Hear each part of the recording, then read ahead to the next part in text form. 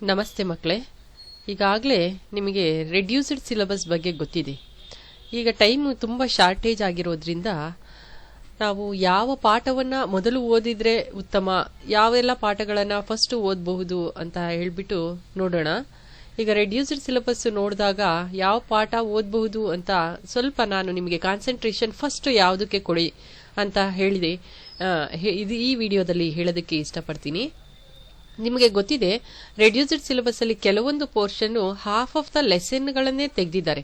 So ಆ half of the lesson ತೆಗೆದಿರುವಂತಹ lesson ಯಾವ್ಯಾವುದು ಅಂತ ಈಗ ಹೇಳ್ತೀನಿ. ಮೊದಲನೇದಾಗಿ ನಿಮಗೆ 14 ಪಾಠಗಳಿದೆ ಅಂತ ಗೊತ್ತಿದೆ. ಸೊ ಆ 14 ಪಾಠಗಳಲ್ಲಿ ಯಾವ ಪಾಠಗಳಿಗೆ ಮೊದಲು ಓದ್ತೀರಾ ಈ ಕಡಿಮೆ ಟೈಮಲ್ಲಿ? ಇದುವರೆಗೂ ಏನು ಓದಿಲ್ಲ ಅನ್ನೋ ಮಕ್ಕಳು ಈಗಲೂ ಸ್ಟಾರ್ಟ್ ಮಾಡಿದ್ರು ಕೂಡ ಅವರು 80 to 90% ಮಾರ್ಕ್ಸ್ನ ತೆಗಿಬಹುದು. ಸೊ ಈ ಪಾಠಗಳಲ್ಲಿ ಯಾವುದನ್ನ ಮೊದಲು ಓದಬೇಕು ಅಂತ ನೋಡೋದಾದ್ರೆ, ಮೊದಲನೇದಾಗಿ ನಾವು ಆಮ್ಲ ಮತ್ತು ಪ್ರತ್ಯಾಮ್ಲವನ್ನ ತೆಗೆದುಕೊಳ್ಳೋಣ ಮಕ್ಕಳೇ. ಸೊ ಯಾಕೆ ಆಮ್ಲ ಮತ್ತು ಪ್ರತ್ಯಾಮ್ಲವನ್ನ ತೆಗೆದುಕೊಳ್ಬೇಕು ನಾವು ಅಂತ ಹೇಳೋದಾದ್ರೆ, ನೋಡಿ, ಆಮ್ಲ ಮತ್ತು ಪ್ರತ್ಯಾಮ್ಲ ಮತ್ತು ಲವಣಗಳು ಅಂತ ಇತ್ತು ಪಾಠ. ಆಮ್ಲದ ಬಗ್ಗೆ ಹೇಳ್ತಾ ಇದ್ರು, ಪ್ರತ್ಯಾಮ್ಲದ ಬಗ್ಗೆ ಹೇಳ್ತಾ ಇದ್ರು ಮತ್ತು ಲವಣದ ಬಗ್ಗೆ ಹೇಳ್ತಾ ಇದ್ರು. ಆದ್ರೆ ಈ ಲವಣದ ಬಗ್ಗೆ ಸಂಪೂರ್ಣವಾಗಿ ಏನ್ ಮಾಡಿದ್ದಾರೆ, ಅವರು ತೆಗೆದಾಕಿದ್ದಾರೆ. ಸೊ ಅದಕ್ಕೋಸ್ಕರ ನೀವು ಈ ಪಾಠವನ್ನ ತೆಗೆದುಕೊಂಡ್ರೆ ಓದೋದಕ್ಕೆ ಉತ್ತಮ ಅಂತ ಹೇಳ್ತೀನಿ. ಸೊ ಇಲ್ಲಿ ಆಮ್ಲ ಮತ್ತು ಪ್ರತ್ಯಾಮ್ಲಗಳು ಪಾಠದಲ್ಲಿ ಆಮ್ಲ ಪ್ರತ್ಯಾಮ್ಲದ ಗುಣಗಳ ಬಗ್ಗೆ ಕೊಟ್ಟಿದ್ದಾರೆ. ಲೋಹೀಯ ಕಾರ್ಬೋನೇಟ್, ಅಲೋಹೀಯ ಕಾರ್ಬೋನೇಟ್ ಮತ್ತೆ ಲೋಹೀಯ ಹೈಡ್ರೋಜನ್ ಕಾರ್ಬೋನೇಟ್ನೊಂದಿಗೆ ಈ ಆಮ್ಲಗಳು ಹೇಗೆ ವರ್ತಿಸುತ್ತೆ ಅಂತ ಹೇಳುವಂಥದ್ದು. ನೋಡಿ, ಈ ಆಮ್ಲ ಮತ್ತು ಪ್ರತ್ಯಾಮ್ಲ ಲೋಹಗಳೊಂದಿಗೆ ಹೇಗೆ ವರ್ತಿಸುತ್ತೆ, ಲೋಹೀಯ ಕಾರ್ಬೋನೇಟ್ ಒಂದಿಗೆ ಹೇಗೆ ವರ್ತಿಸುತ್ತೆ, ಲೋಹೀಯ ಹೈಡ್ರೋಜನ್ ಕಾರ್ಬೋನೇಟ್ನೊಂದಿಗೆ ಹೇಗೆ ವರ್ತಿಸುತ್ತೆ ಅನ್ನೋದನ್ನ ಕೊಟ್ಟಿದ್ದಾರೆ ನಿಮಗೆ. ಈ ರಿಯಾಕ್ಷನ್ಸ್ ನೀವು ಬರ್ಕೊಂಡು ಓದ್ಕೊಳ್ಬಹುದು. ಇದರ ನೋಟ್ಸ್ ನಾನು ಪ್ರಿಪೇರ್ ಮಾಡಿದಾಗ ನಿಮಗೆ ಹಾಕ್ತೀನಿ. ಸೊ ಸಿಂಪಲ್ ಆಗಿ ನೋಟ್ಸ್ನ ಇದಕ್ಕೆ ಬರ್ಕೊಂಡು ನೀವು ಓದ್ಕೊಳ್ಬಹುದು ಮಕ್ಕಳೇ. ಇದು ಒಂದು ನೆನಪಲ್ಲಿ ಇಟ್ಕೊಳ್ಳಿ, ಯಾವುದೇ ಒಂದು ನೋಟ್ಸ್ ಸಿಕ್ಕಿದ್ರೆ ನೀವು ಬೈ ಹಾರ್ಟ್ ಮಾಡಿದ್ರೆ ಸೈನ್ಸ್ ಅಲ್ಲಿ ಆಗೋದಿಲ್ಲ. ಮೊದಲು ಏನ್ ಮಾಡಬೇಕು ಅಂದ್ರೆ, ಕರೆಕ್ಟ್ ಆಗಿ ನೀವು ಟೆಕ್ಸ್ಟ್ ಬುಕ್ ನ ಓದಿರ್ಬೇಕು. ಟೆಕ್ಸ್ಟ್ ಬುಕ್ ನ ಓದಿದ್ರೆ ನೀವು line to line text book ಓದಿ ಅಂಡರ್ಲೈನ್ ಮಾಡಿಕೊಂಡು ನೀವು ಅಲ್ಲಿ ಯಾವ್ದು ಇಂಪಾರ್ಟೆಂಟ್ ಕ್ವೆಶನ್ಸ್, ಪ್ಯಾರಾವೈಸ್ ಅಲ್ಲಿ ಏನೆಲ್ಲ ಕ್ವೆಶನ್ಸ್ ಬರುತ್ತೆ ನೀವೇ ನೋಡ್ಕೊಳ್ಬೇಕು. ಯಾವ ಟೈಪ್ ಆಫ್ ಕ್ವೆಶನ್ಸ್ ಅಂತ ನಾವು ಹೇಳ್ಬಹುದೇ ಹೊರತು ಇದೇ ಕ್ವೆಶನ್ಸ್ ಬರುತ್ತೆ ಅಂತ ನಾವು ಹೇಳಕ್ಕಾಗೋದಿಲ್ಲ. ಈ ಟೈಪ್ ಬರಬಹುದು ಅಂತ ಆನ್ಸರ್ ಅದೇ ಆಗಿರುತ್ತೆ, ಆದ್ರೆ ನಿಮಗೆ ಕ್ವೆಶನ್ಸ್ ಬೇರೆ ರೀತಿ ಕೊಟ್ಟಿರ್ತಾರೆ. ಅದಕ್ಕೋಸ್ಕರ ನೀವು ನೋಟ್ಸ್ ನ ಡೈರೆಕ್ಟ್ ಆಗಿ ಓದೋದಕ್ಕಿಂತ ಟೆಕ್ಸ್ಟ್ ಬುಕ್ ನ ಓದಿ ಅದನ್ನ ಅರ್ಥ ಮಾಡ್ಕೊಂಡು ನಂತರ ನೀವು ನೋಟ್ಸ್ ಅನ್ನ ಓದಿದ್ರೆ ಯಾವುದೇ ತರದ ಪ್ರಶ್ನೆ ಕೊಟ್ಟರು ಕೂಡ ನಿಮಗೆ ಆನ್ಸರ್ ಗೊತ್ತಿರುತ್ತೆ. ಬಟ್ ಈ ಕ್ವೆಶನ್ಗೆ ಇದೇ ಆನ್ಸರ್ ಅಂತ ಗೊತ್ತಿರಲ್ಲ. ಯಾಕೆ ಅಂದ್ರೆ ಬರೀ ನೋಟ್ಸ್ ಅನ್ನ ಓದ್ಕೊಂಡು ಹೋಗ್ತೀರಾ, ಟೆಕ್ಸ್ಟ್ ಬುಕ್ ನ ಓದಿರೋದಿಲ್ಲ. ಸೊ ಟೆಕ್ಸ್ಟ್ ಬುಕ್ ನ ಮೊದಲು ಓದಿ ಅರ್ಥ ಮಾಡ್ಕೊಳ್ಳಿ, ನಂತರ ನೋಟ್ಸ್ ಅನ್ನ ಓದಿ. ನೋಟ್ಸ್ ನಿಮಗೆ ಸಪೋರ್ಟಿವ್ ಡಾಕ್ಯುಮೆಂಟ್ ಅಷ್ಟೇನೆ, ನೋಟ್ಸೇ ಮೇನ್ ಅಲ್ಲ, ಸಪೋರ್ಟಿವ್ ಡಾಕ್ಯುಮೆಂಟ್. ಪಾಠ ಅರ್ಥ ಆಗಿದ್ರೆ ಯಾವ ತರದ ಕ್ವೆಶನ್ಸ್ ಕೂಡ ನೀವು ಬರೀಬಹುದು. ಸೊ ಇಲ್ಲಿ ನಾನು ನೋಟ್ಸ್ ಅನ್ನು ಕೂಡ ನಿಮಗೆ ನೀಡ್ತೀನಿ ಕೆಲವೊಂದು ಪಾಠಗಳದ್ದು. ಸೊ ಈ ಆಮ್ಲ ಮತ್ತು ಪ್ರತ್ಯಾಮ್ಲಗಳ ಪಾಠದಲ್ಲಿ ಇನ್ನೇನು ನೀವು ನೋಡಬಹುದು ಅಂತ ಹೇಳಿದ್ರೆ, ಆಮ್ಲಗಳಲ್ಲಿ ಸಾಮಾನ್ಯವಾಗಿರುವುದೇನು, ಪ್ರತ್ಯಾಮ್ಲಗಳಲ್ಲಿ ಸಾಮಾನ್ಯವಾಗಿರುವುದೇನು ಅಂತ. ನೆಕ್ಸ್ಟ್ ಬಂದ್ರೆ, ನಾನೇನು ನಿಮಗೆ ವಿಡಿಯೋದಲ್ಲಿ ರೆಡ್ಯೂಸ್ಡ್ ಸಿಲೆಬಸ್ ಫಸ್ಟ್ ಬಿಟ್ಟಿದ್ರಲ್ಲ, ಅದರಲ್ಲಿ PH ಬಗ್ಗೆ ಇರಲಿಲ್ಲ. ಆದ್ರೆ ಈಗ PH ಬಗ್ಗೆ ಸಂಪೂರ್ಣವಾಗಿ ಓದ್ಕೊಳ್ಬೇಕು ಅಂತ ಹೇಳಿದರೆ, PH ಬಗ್ಗೆ ಇರುವಂತಹ ಒಂದು ಏನು ಅಂಶಗಳಿದೆ ಅದೆಲ್ಲ ಸಂಪೂರ್ಣವಾಗಿ ಓದ್ಕೊಳ್ಳಿ. ಈ ಪಾಠದ ನೋಟ್ಸ್ ಅನ್ನ ನಾನು ಹಾಕಿದಾಗ ನಿಮಗೆ ಅದರಲ್ಲಿ ಯಾವ್ದೆಲ್ಲ ಕ್ವೆಶನ್ಸ್ ಬರಬಹುದು ಅನ್ನೋದನ್ನ ನಾನು ಹೇಳ್ತೀನಿ. ಸೊ ಇದಿಷ್ಟು ಆಮ್ಲ ಪ್ರತ್ಯಾಮ್ಲದಲ್ಲಿ ನೀವು ಓದ್ಬೇಕಾಗಿರೋದು. ಈ ಆಮ್ಲ ಮತ್ತು ಪ್ರತ್ಯಾಮ್ಲದಲ್ಲಿ ಏನು ಅಂತ ಹೇಳಿದ್ರೆ 6 ಲವಣಗಳ ಬಗ್ಗೆ ನೀವು ಓದ್ಬೇಕಾಗಿತ್ತು. ಒಟ್ಟು ಈ ಪಾಠವನ್ನ ಓದ್ತಾರೆ ಅಂತ ಹೇಳಿದ್ರೆ ಪ್ರತಿ ವರ್ಷದ ಮಕ್ಕಳು 6 ಲವಣಗಳ ತಯಾರಿಕೆಯ ಬಗ್ಗೆ ಓದ್ತಾ ಇದ್ರು. ಅವರು ಲವಣಗಳ ತಯಾರಿಕೆ ಕನ್ಫ್ಯೂಷನ್ ಆಗ್ತಾ ಇತ್ತು. ಇದು ತಯಾರಿಕೆಯಲ್ಲಿ ಬರುವಂತಹ ಪ್ರಾಡಕ್ಟ್ಸ್ ಗಳು ಕನ್ಫ್ಯೂಷನ್ ಆಗ್ತಾ ಇತ್ತು. ನೋಡಿ, 6 ಲವಣಗಳ ತಯಾರಿಕೆ ಮತ್ತು ಉಪಯೋಗ ಇಷ್ಟನ್ನು ಏನ್ ಮಾಡಿದ್ದಾರೆ, ಅವರು ತೆಗೆದಾಕಿದ್ದಾರೆ. ಅಂದ್ರೆ ಅರ್ಧ ಬರ್ಡನ್ನು ಕಡಿಮೆ ಆಗಿದೆ ನಿಮಗೆ ಈ ಪಾಠದಲ್ಲಿ. ಸೊ ನೀವು ಈ ಪಾಠವನ್ನ ಆರಿಸ್ಕೊಳ್ಬಹುದು ಮಕ್ಕಳೇ ಓದೋದಕ್ಕೆ. ಫಸ್ಟ್ ಆದ್ರೂ ಆರಿಸ್ಕೊಳ್ಳಿ. ಒಟ್ನಲ್ಲಿ ನಾನೀಗ ಹೇಳುವಂತಹ ಪಾಠಗಳಲ್ಲಿ ಈ ಪಾಠ ಬಿಗಿನಿಂಗ್ ಗಳಲ್ಲಿ ಇರ್ಲಿ ಅಂತ ಹೇಳಿ. ಯಾಕೆ ಲವಣಗಳ ಬಗ್ಗೆ ಇಲ್ವೇ ಇಲ್ಲ. ಇನ್ನಿಷ್ಟೇ ನೀವು ಅಂಶಗಳು ನೀವು ತಿಳ್ಕೊಳ್ಬೇಕಾಗಿರೋದು ನೋಡಿ, 4 ಅಂಶಗಳ ಬಗ್ಗೆ ನೀವು ತಿಳ್ಕೊಳ್ಬೇಕಾಗಿರೋದು. ಈ 4 ಅಂಶಗಳ ಬಗ್ಗೆ ನೀವು ತಿಳ್ಕೊಂಡ್ರೆ ಈ ಪಾಠ ಮುಗಿಯುತ್ತೆ. ಸೊ ಇದರ ಬಗ್ಗೆ ನೀವು ಚೆನ್ನಾಗಿ ಓದ್ಕೊಳ್ಬಹುದು. ಇನ್ನು ನೆಕ್ಸ್ಟ್ ಬಂದ್ರೆ ಲೋಹಗಳು ಮತ್ತು ಅಲೋಹಗಳ ಪಾಠ ಸಂಪೂರ್ಣ ಅಧ್ಯಾಯನೇ ಓದ್ಬೇಕಾಗುತ್ತೆ. ನೀವು ಫುಲ್ ಪಾಠನೇ ಓದ್ಬೇಕು. ಯಾಕೆ ಈ ಪಾಠವನ್ನ ನೀವು ತಗೊಳ್ಬಹುದು ಅಂತ ಹೇಳಿದ್ರೆ, ಇಲ್ಲಿ ನೀವು ರಾಸಾಯನಿಕ ಗುಣಲಕ್ಷಣಗಳ ಬಗ್ಗೆ ಓದ್ತೀರಾ, ರಾಸಾಯನಿಕ ಗುಣಲಕ್ಷಣಗಳ ಮತ್ತೆ ರಾಸಾಯನಿಕ ಸಮೀಕರಣದ ಬಗ್ಗೆ ಓದ್ತೀರಾ. ಸೊ ಅದರ ಲಿಂಕ್ ಇಟ್ಕೊಂಡು ನೀವು ಇದನ್ನ ಓದ್ಕೊಳ್ಬಹುದು. ಇದರ ಬಗ್ಗೆ ವಿಡಿಯೋ ಕೂಡ ನಾನು ಮಾಡಿದ್ದೀನಿ. ವಿಡಿಯೋ ನೋಡಿದ್ರೆ ನೀವು ಪಾಠ ಅರ್ಥ ಆಗಿರುತ್ತೆ. ಸೊ ಕ್ವೆಶ್ಚನ್ ಆನ್ಸರ್ಸ್ ಇದ್ರದ್ದು ನಾನು ಕೊಡ್ತೀನಿ, ಅದನ್ನ ನೀವು ನೋಡಬಹುದು. ಸಂಪೂರ್ಣ ಅಧ್ಯಾಯ ನೀವು ಇದನ್ನ ಸೆಲೆಕ್ಟ್ ಮಾಡ್ಕೊಳ್ಬಹುದು ಮಕ್ಕಳೇ, ಸ್ಟಾರ್ಟಿಂಗ್ ಸೆಲೆಕ್ಟ್ ಮಾಡ್ಕೊಳ್ಬೇಕಾದ್ರೆ. ಇನ್ನ ನೆಕ್ಸ್ಟ್ ನೀವು ಓದ್ಬೇಕಾಗಿರೋದು ಜೀವಕ್ರಿಯೆ ಬಗ್ಗೆ ನೀವು ಫಸ್ಟ್ ಓದ್ಬಿಡಿ ಮಕ್ಕಳೇ. ಈ ಜೀವಕ್ರಿಯೆ 5 ರಿಂದ 6 ಅಂಕಗಳಿಗೆ ಬರುವ ಸಾಧ್ಯತೆ ಇರುತ್ತೆ. ವೆಯ್ಟೇಜ್ ಏನು ಅವರು ಕೊಟ್ಟಿಲ್ಲ, ಇಷ್ಟೇ ಇದೆ ಅಂತ. ಸೊ ಈ ವರ್ಷ ವೆಯ್ಟೇಜ್ ಬಗ್ಗೆ ಏನ್ ಮಾಡ್ತಾರೆ ಅಂತ ಗೊತ್ತಿಲ್ಲ, ಮಾರ್ಕ್ಸ್ ವೆಯ್ಟೇಜ್ ಬಗ್ಗೆ. ಸೊ ಅದಕ್ಕೋಸ್ಕರ ನೀವು ಜೀವಕ್ರಿಯೆ ಪಾಠಗಳನ್ನ ನೀವು ಸೆಲೆಕ್ಟ್ ಮಾಡ್ಕೊಳ್ಳೋದು. ಯಾಕೆ ಸೆಲೆಕ್ಟ್ ಮಾಡ್ಕೊಳ್ಬೇಕು ಅಂದ್ರೆ, ಇದರಲ್ಲಿ ಒಂದು 3 ಚಿತ್ರಗಳು ಬರುತ್ತೆ. ಜೀವಕ್ರಿಯೆನಲ್ಲಿ 3/4 ಭಾಗ ಪೋರ್ಷನ್ನೇ ತೆಗೆದಿದ್ದಾರೆ ಮಕ್ಕಳೇ, 3/4 ಭಾಗ ತೆಗೆದ್ಬಿಟ್ಟಿದ್ದಾರೆ. ಸೊ ಅದಕ್ಕೋಸ್ಕರ ನೀವು ಈ ಪಾಠವನ್ನ ಆರಿಸ್ಕೊಳ್ಳಿ ಅಂತ ಹೇಳ್ತಾ ಇರೋದು.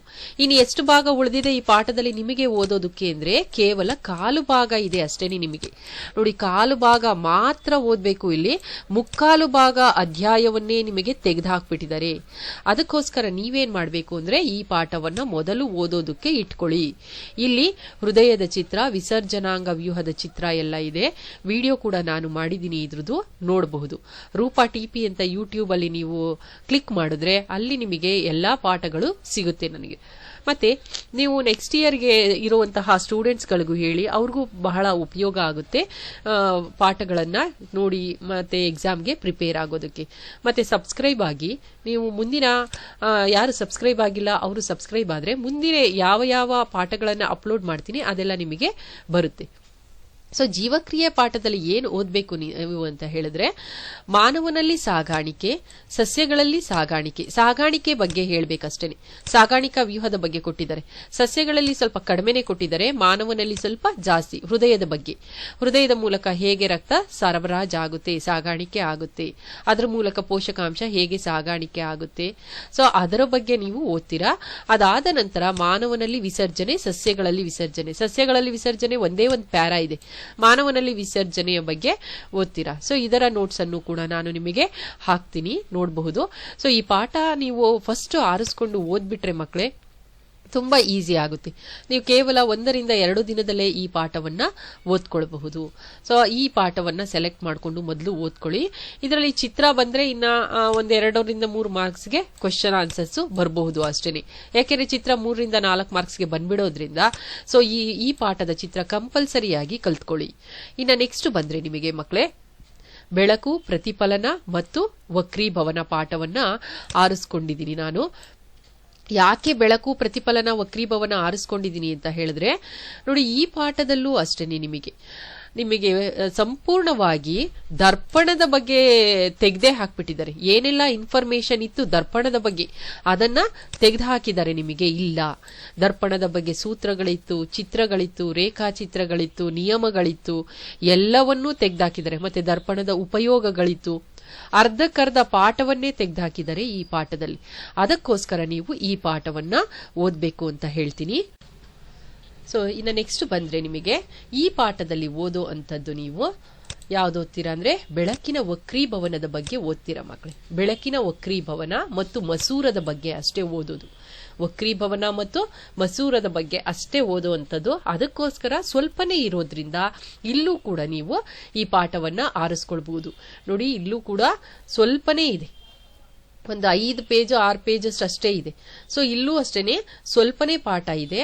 ಸೊ ಬೆಳಕಿನ ವಕ್ರೀಭವನದಲ್ಲಿ ವಕ್ರೀಭವನ ಎಂದರೇನು, ಮತ್ತೆ ವಕ್ರೀಭವನ ಹೇಗೆ ನಡೆಯುತ್ತೆ, ಮತ್ತೆ ವಕ್ರೀಭವನದ ಸೂಚ್ಯಂಕದ ಬಗ್ಗೆ ಅಷ್ಟೇ ಓದ್ಬೇಕಾಗಿರೋದು ಬೆಳಕಿನ ವಕ್ರೀಭವನ. ಇನ್ನ ಮಸೂರಕ್ಕೆ ಬಂದ್ರೆ ರೇಖಾಚಿತ್ರ ಇದೆ ಮತ್ತು ಮಸೂರದ ಸಾಮರ್ಥ್ಯದ ಬಗ್ಗೆ ಓದ್ತೀರಾ ನೀವು.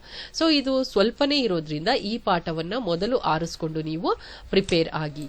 ನೆಕ್ಸ್ಟ್ ಬಂದ್ರೆ ಜೀವಿಗಳು ಹೇಗೆ ಸಂತಾನೋತ್ಪತ್ತಿ ನಡೆಸುತ್ತೆ ನಡೆಸುತ್ತವೆ ಈ ಪಾಠವನ್ನ ಆರಿಸ್ಕೊಂಡಿದ್ದೀನಿ. ಮೊದಲು ಓದಿ ಅಂತ ನಾನು ಸಜೆಸ್ಟ್ ಮಾಡ್ತಾ ಇಲ್ಲ, ಒಂದು ಸಲಹೆ ನೀಡ್ತಾ ಇರೋದು ಅಷ್ಟೇನೆ. ಇಲ್ಲಿ ಅಂದ್ರೆ ನೀವು ಬೇರೆ ಬೇರೆ ಪಾಠಗಳು, ದೊಡ್ಡ ಪಾಠ, ತುಂಬಾ ಕಷ್ಟದ ಪಾಠ ತಗೊಂಡು ತುಂಬಾ ದಿನ ಟೈಮ್ ವೇಸ್ಟ್ ಮಾಡೋದಕ್ಕಿಂತ ಈ ತರದ ಪಾಠಗಳನ್ನ ತಗೊಳ್ಳಿ.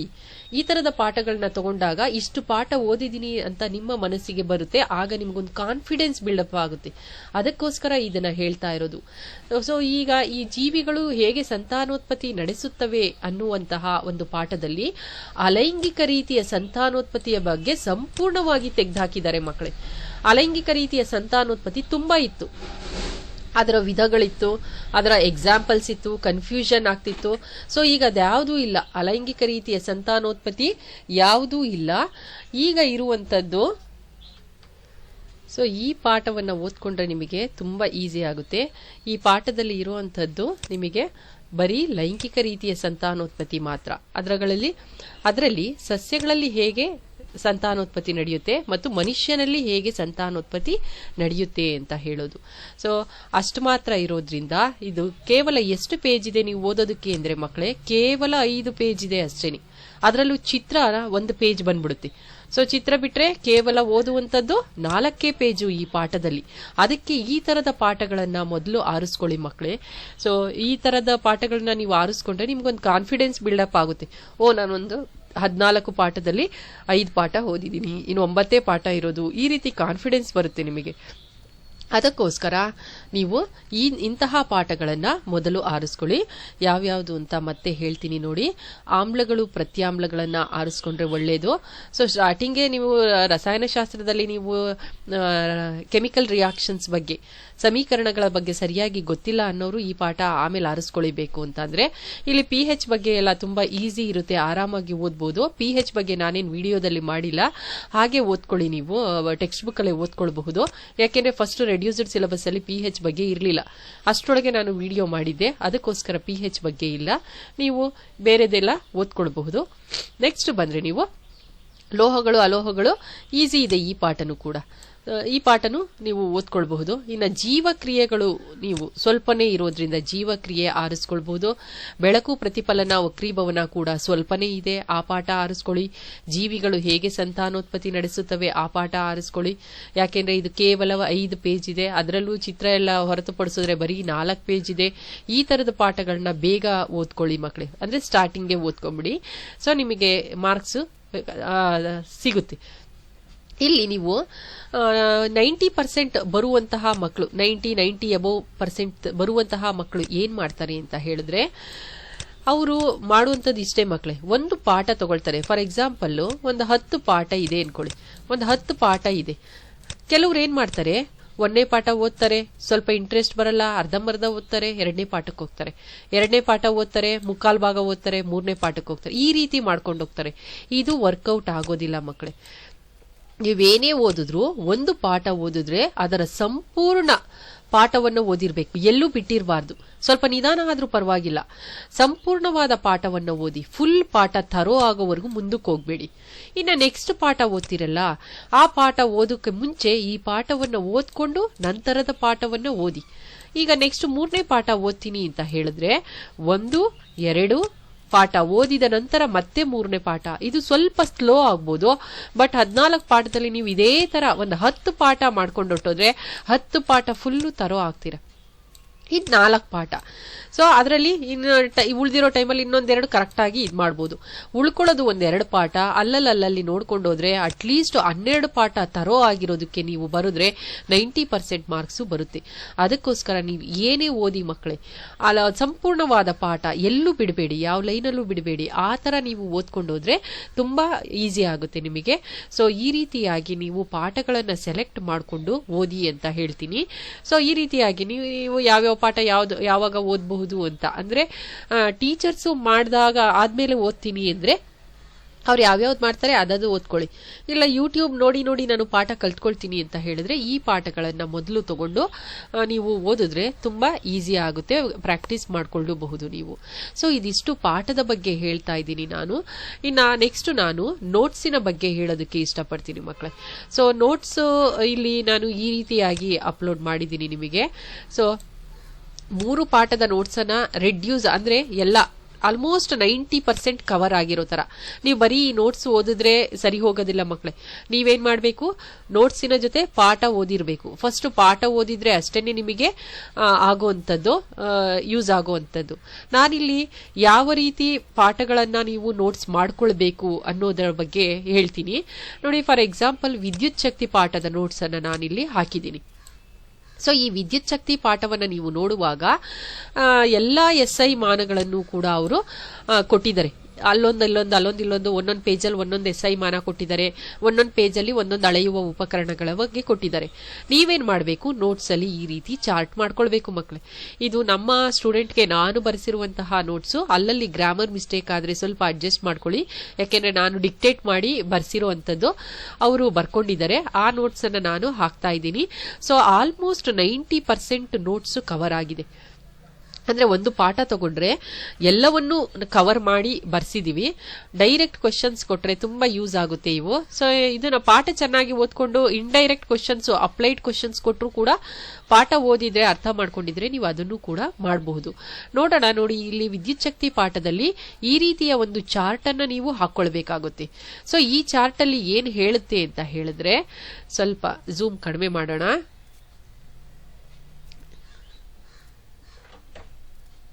ಓಕೆ, ಈ ಚಾರ್ಟ್ ಅಲ್ಲಿ ಏನ್ ಹೇಳುತ್ತೆ ಅಂತ ಹೇಳಿದ್ರೆ ನೋಡಿ, ಇಲ್ಲಿ SI ಮಾನಗಳಿದೆ. ಸೊ ಯಾವ್ಯಾವ್ದ್ರದ್ದು SI ಮಾನ, ಅಳೆಯುವ ಉಪಕರಣ ಕೂಡ ಇದೆ. ಯಾವ್ದ್ಯಾವ್ದ್ರದ್ದು SI ಮಾನ ನೋಡಿ, ವಿದ್ಯುದಾವೇಶದ SI ಮಾನ ಕೂಲಾಂ. ಇದಕ್ಕೇನು ಉಪಕರಣ ನಿಮಗೆ ಕೊಟ್ಟಿರೋದೇ 2 ಮಕ್ಕಳೇ. ಆಮೀಟರ್ ವೋಲ್ಟ್ ಮೀಟರ್ ಬಗ್ಗೆ ಚೆನ್ನಾಗಿ ತಿಳ್ಕೊಳ್ಳಿ, ಆಮೀಟರ್ ವೋಲ್ಟ್ ಮೀಟರ್ ಬಗ್ಗೆ. ಸೊ ವಿದ್ಯುದಾವೇಶದ SI ಮಾನ ಕೂಲಾಂ, ಸಿ ಅಂತ ಹೇಳ್ತಾರೆ. ವಿದ್ಯುತ್ ಪ್ರವಾಹ ಆಂಪಿಯರ್, ವಿಭವಾಂತರ ಎರಡಕ್ಕೂ ಸೇರಿ ವೋಲ್ಟ್ ಅಂತ ಹೇಳ್ತಾರೆ. ರೋಧಕ್ಕೆ ಓಮ್, ರೋಧಶೀಲತೆಗೆ ಓಮ್ ಮೀಟರ್, ವಿದ್ಯುತ್ ಶಕ್ತಿಗೆ ಜೌಲ್, ವಿದ್ಯುತ್ ಸಾಮರ್ಥ್ಯ ವ್ಯಾಟ್, ವಿದ್ಯುತ್ ಶಕ್ತಿಯ ವ್ಯಾವಹಾರಿಕ ಏಕಮಾನ ಕಿಲೋ ವ್ಯಾಟ್ ಅವರ್. ಇದನ್ನು ಕೇಳಬಹುದು. ವಿದ್ಯುತ್ ಶಕ್ತಿಯ ವ್ಯಾವಹಾರಿಕ ಏಕಮಾನ ಯಾವುದು, ಅಥವಾ ವಿದ್ಯುತ್ ಶಕ್ತಿಯನ್ನ ಮನೆಗೆ ಅಳೆಯೋದಕ್ಕೆ ಬರ್ತಾರಲ್ಲ ಅವರು ಯಾವ ಇದರಲ್ಲಿ ಇದ್ ಮಾಡ್ತಾರೆ ಅಂತ, ಕಿಲೋ ವ್ಯಾಟ್ ಅವರ್ ಅಂತ ಹೇಳ್ಬಿಟ್ಟು. ಸೊ ಇದು ಇಷ್ಟು ಯಾವುದರ ಬಗ್ಗೆ, SI ಮಾನದ ಬಗ್ಗೆ. ನೀವು ಈ ರೀತಿಯ ಒಂದು ಚಾರ್ಟ್ ಓದ್ಕೊಂಡ್ಬಿಟ್ರೆ ಯಾವಾಗ್ಲೂ SI ಮಾನದ ಬಗ್ಗೆ ಕೇಳ್ತಾ ಇರ್ತಾರೆ. ಸೊ ವಿದ್ಯುತ್ ಪ್ರವಾಹವನ್ನು ಅಳೆಯುವಂತಹ ಉಪಕರಣ ಯಾವುದು, ಆಮೀಟರ್. ವಿಭವ ಅಥವಾ ವಿಭವಾಂತರವನ್ನು ಅಳೆಯುವ ಉಪಕರಣ ಯಾವುದು, ವೋಲ್ಟ್ ಮೀಟರ್. ಸೊ ಈ ರೀತಿಯಾಗಿ ನೀವು ಓದ್ಕೊಳ್ಬಹುದು. ಸೊ ಈ ತರದ ಚಾರ್ಟ್ ಬರ್ಕೊಂಡ್ರೆ ಎಲ್ಲವೂ ಒಂದು ಕಡೆ ಇರುತ್ತೆ, SI ಮಾನ ಎಲ್ಲ ನೋಡ್ಕೊಳ್ಳಿ ಮಕ್ಕಳೇ. ಇನ್ನು ನೆಕ್ಸ್ಟ್ ಬಂದ್ರೆ ಸೂತ್ರಗಳನ್ನೆಲ್ಲ ಒಂದ್ ಕಡೆ ಬರ್ದಿದ್ದೀನಿ ಮಕ್ಕಳೇ, ಸೂತ್ರಗಳು. ಸೊ ಸೂತ್ರಗಳಿಗೂ ಕೂಡ ಕಾಲಂ ಹಾಕಿದ್ದೀನಿ. ಇವೆರಡು ಬಿಟ್ಟೋಗಿತ್ತು, ಅದಕ್ಕೆ ಆಮೇಲೆ ಬರ್ದಿರುವಂತದ್ದು ಓಮನ ನಿಯಮದ ಸೂತ್ರ V=IR. ಸೊ ಇಲ್ಲಿ ಕೆಲಸದ ದರದ ಸೂತ್ರ ಬರೆದಿದ್ದಾರೆ. ಸೊ ಇಲ್ಲಿ ಇವರೇನ್ ಹೇಳ್ತಾರೆ ಅಂತ ಹೇಳಿದ್ರೆ, ಲೆಕ್ಕವನ್ನ ಕೊಟ್ಟಾಗ ಇಲ್ಲಿ ಈ ಪಾಠದಲ್ಲಿ ಲೆಕ್ಕ ಒಂದು ಕಂಪಲ್ಸರಿ ಇದ್ದೇ ಇರುತ್ತೆ ಮಕ್ಕಳೇ. ಸೊ ಈ ಲೆಕ್ಕ ಇದ್ದಾಗ ನೀವೇನ್ ಮಾಡ್ಬೇಕು ಅಂದ್ರೆ ಸೂತ್ರಗಳನ್ನ ಕಲ್ತಿರ್ಬೇಕು. ಸೂತ್ರ ಕಲ್ತು ಅಟ್ಲೀಸ್ಟ್ ನಿಮಗೆ ಲೆಕ್ಕ ಮಾಡಕ್ ಬರ್ದೆ ಸೂತ್ರನಾದ್ರೂ ಹಾಕಿದ್ರೆ 1 ಮಾರ್ಕ್ ಸಿಗುತ್ತೆ ಮಕ್ಕಳೇ. ಫಾರ್ ಎಕ್ಸಾಂಪಲ್ ವಿಭವಾಂತರ ಇಷ್ಟು, ಯಾವುದೋ ಒಂದು ಲೆಕ್ಕ ಕೊಟ್ಟಿದ್ದಾರೆ ಅನ್ಕೊಳ್ಳಿ, ಅದರ ವಿಭವಾಂತರ ಇಷ್ಟು ಇರುತ್ತೆ ಮತ್ತು ಇಷ್ಟು ಕೂಲಾಂಗಳಷ್ಟು ಅಂತ ಅವರು ಕೊಟ್ಟಿರ್ತಾರೆ. ಆಗ ಅದರ ಕೆಲಸದ ದರವನ್ನು ಕಂಡು ಹಿಡಿಯಿರಿ ಅಂತ ಹೇಳಿದ್ರೆ ಕೆಲಸದ ದರದ ಸೂತ್ರವನ್ನ ಹಾಕೊಂಡ್ರೆ ನೀವು ಕೊಟ್ಟಿರುವ ಬೆಲೆ ಡಿವೈಡ್ ಬೈ ಮಾಡಿದ್ರೆ, ಈ ರೀತಿ ಭಾಗ ಮಾಡ್ಕೊಂಡು ಮಾಡಿದ್ರೆ ಆನ್ಸರ್ ಕೂಡ ಬರುತ್ತೆ. ಅದಕ್ಕೋಸ್ಕರ ನೀವು ಸೂತ್ರಗಳನ್ನ ಕಲ್ತ್ಕೊಳ್ಳಿ. ಈ ಪಾಠದಲ್ಲಿ ಸುಮಾರು 11 ಸೂತ್ರಗಳಿದೆ ಮಕ್ಕಳೇ. ಎಷ್ಟು ಸೂತ್ರ ಇದೆ? 11 ಸೂತ್ರಗಳಿದೆ. ಸೊ ಈ 11 ಸೂತ್ರಗಳನ್ನ ನೀವು ಬೈಹರ್ಟ್ ಮಾಡ್ಕೊಂಡ್ರೆ ಈ ಪಾಠದಲ್ಲಿ ಒಂದು ಲೆಕ್ಕ ಕಂಪಲ್ಸರಿಯಾಗಿ ಕೇಳ್ತಾರೆ. ಅಥವಾ ಅಂತನೂ ಕೂಡ ಕೇಳಿರ್ತಾರಲ್ಲ, ಆ ಅಥವಾ ಲೆಕ್ಕನೂ ಕೂಡ ಇದ್ರಲ್ಲೇ ಬಂದಿರುತ್ತೆ. ಒಂದೇ ಪಾಠದಲ್ಲೇ ಅಥವಾ ಕೂಡ ಕೇಳಿರ್ತಾರೆ. ಅಂದ್ರೆ 2 ಆಪ್ಷನ್ ಕೊಟ್ಟಿರ್ತಾರಲ್ಲ, 2 ಆಪ್ಷನ್ ಇದೇ ಪಾಠದಿಂದನೇ ಬರುತ್ತೆ ಅಂತ. ಸೊ ಈ ಪಾಠದಲ್ಲಿ 90 ಭಾಗ ಲೆಕ್ಕವನ್ನು ಕೇಳುವಂತಹ ಸಾಧ್ಯತೆ ಜಾಸ್ತಿ ಇರುತ್ತೆ.